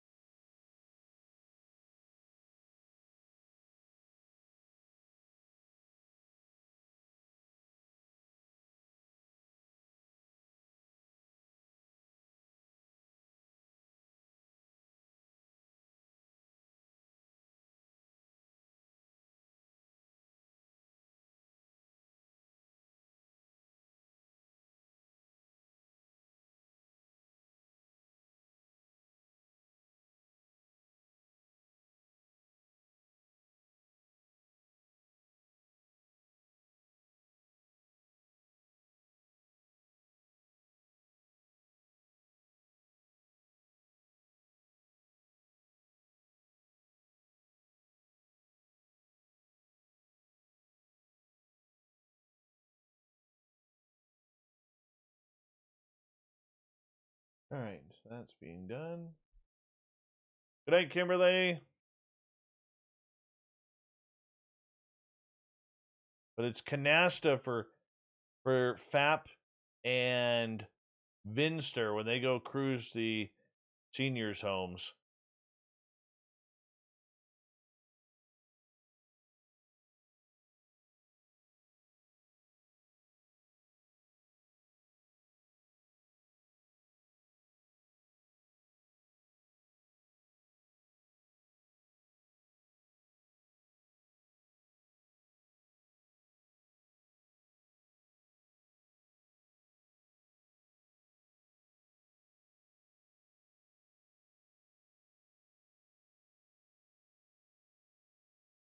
Vin's a ripoff artist that way. Vin's the kind of guy who still drives an 81 Cutlass with fuzzy dice hanging off the mirror. And he's made it into a lowrider, too.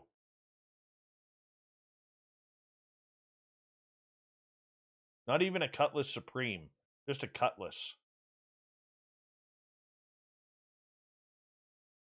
Oh, Andrew, don't kid yourself. It's probably happened.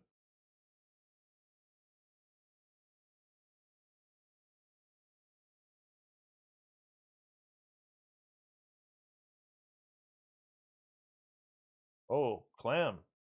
76 pacer.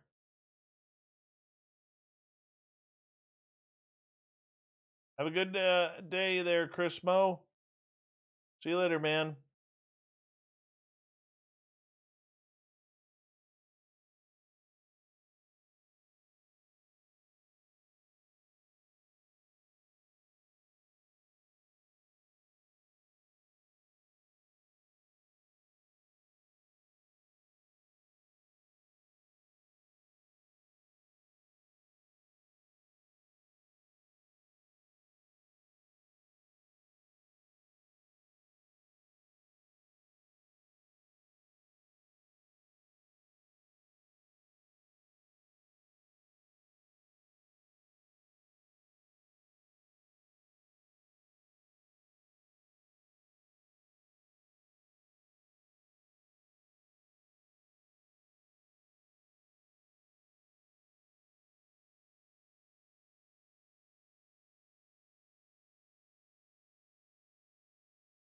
They'll say what?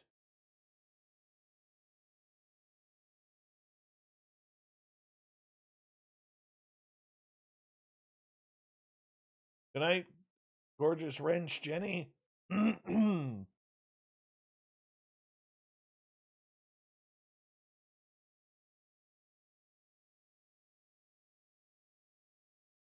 Babster still drives a lowered El Camino. Got the dingle balls hanging from the dashboard.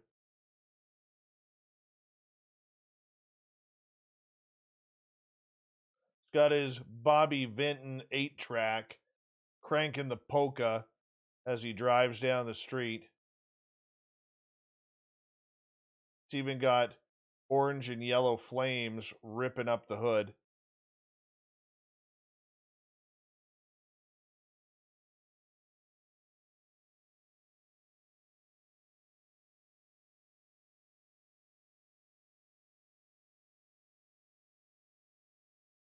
Total carpet interior roof, Jeff.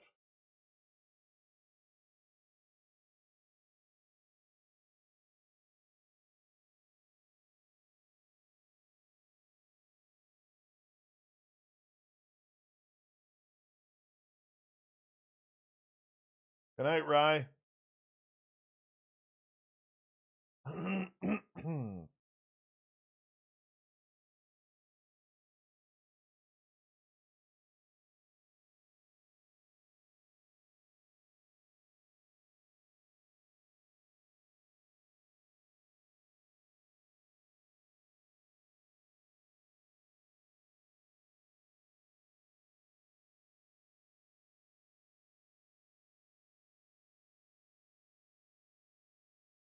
Finn's the type of guy who introduced that style that all the kids use with the baggy pants where hanging past their ass. That's Vin. He started that.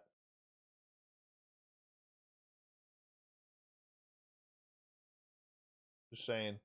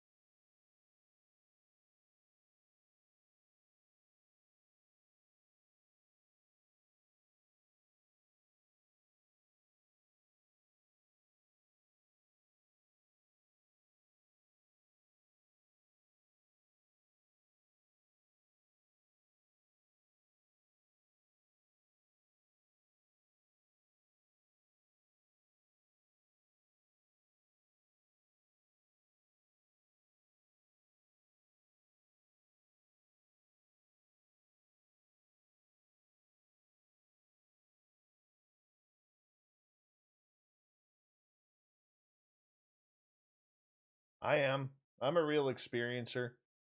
Good night, Rye. Talk to you soon, buddy. Nikki, I am hungry, but I'm tired. I did a lot of work around my yard today.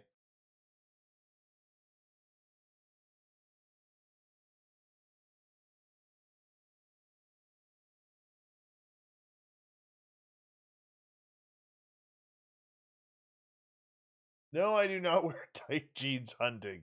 That's terrible. That's terrible. See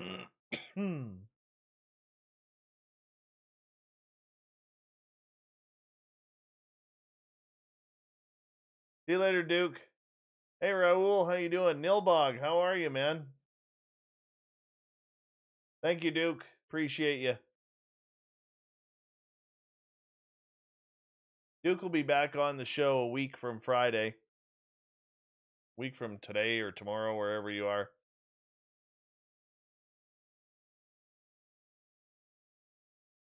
Thank you, Katie. Don't I look gorgeous without it? Be honest. I look gorgeous.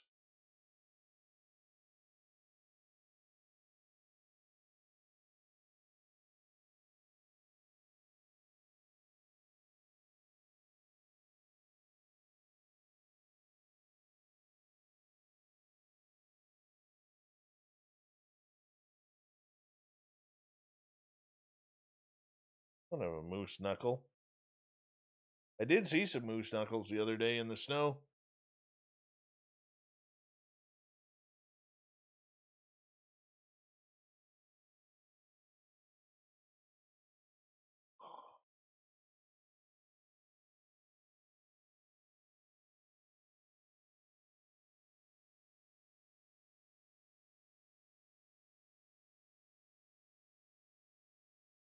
Excuse me.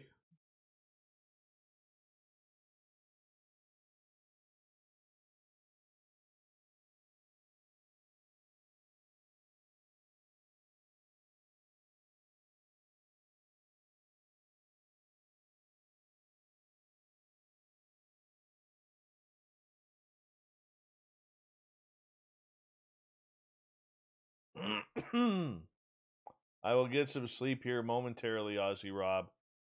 Still waiting for the show to download for one of the radio stations.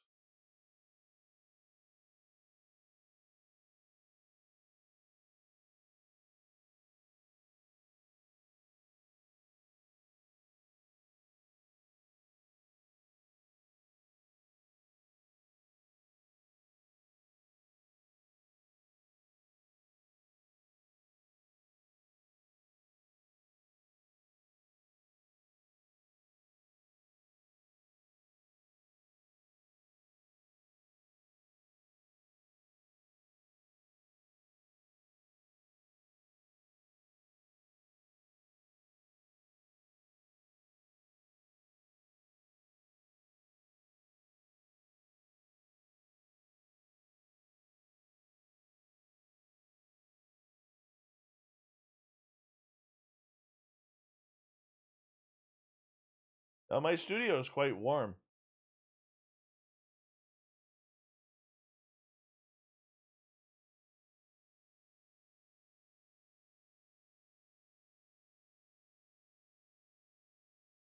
Good luck with your MRI tomorrow, Katie. Thank you for joining us. We'll see you soon.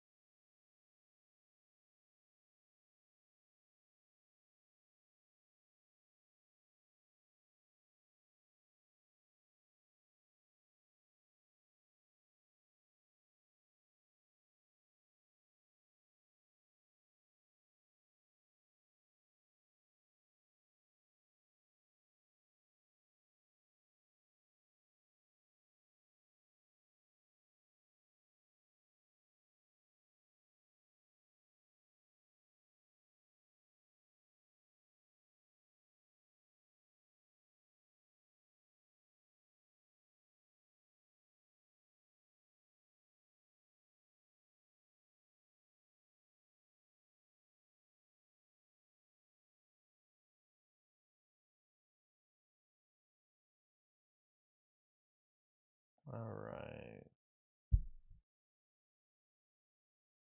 I want to say a big thank you before we shut this down to everybody who are new subscribers, those who donated to the super chat: Surf Jer, Chad, Vinster, Dirty Filth, Rye, and J1. Thank you for the love and support. Oh, and Ed Clador as well.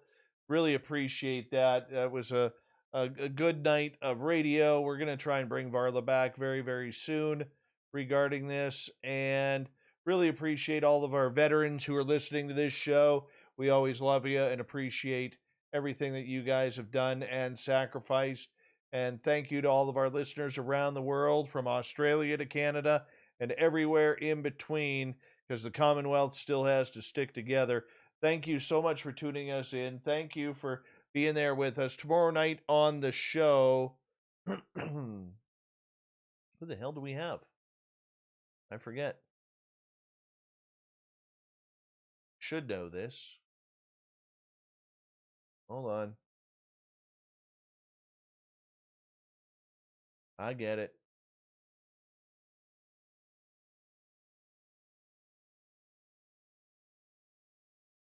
No, not there.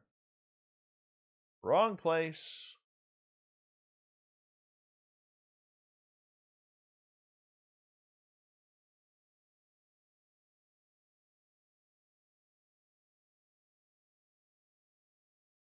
Tomorrow night on the show, Mark and Melanie Zaski. We're talking Florida's skunk ape. Going to be a fun one. We'll talk to you all then. Thank you. Don't forget to check out the SOR True Tales on our YouTube channel if you haven't already. We'd really appreciate that. Thank you. We'll see you tomorrow night, everyone. Have a good night.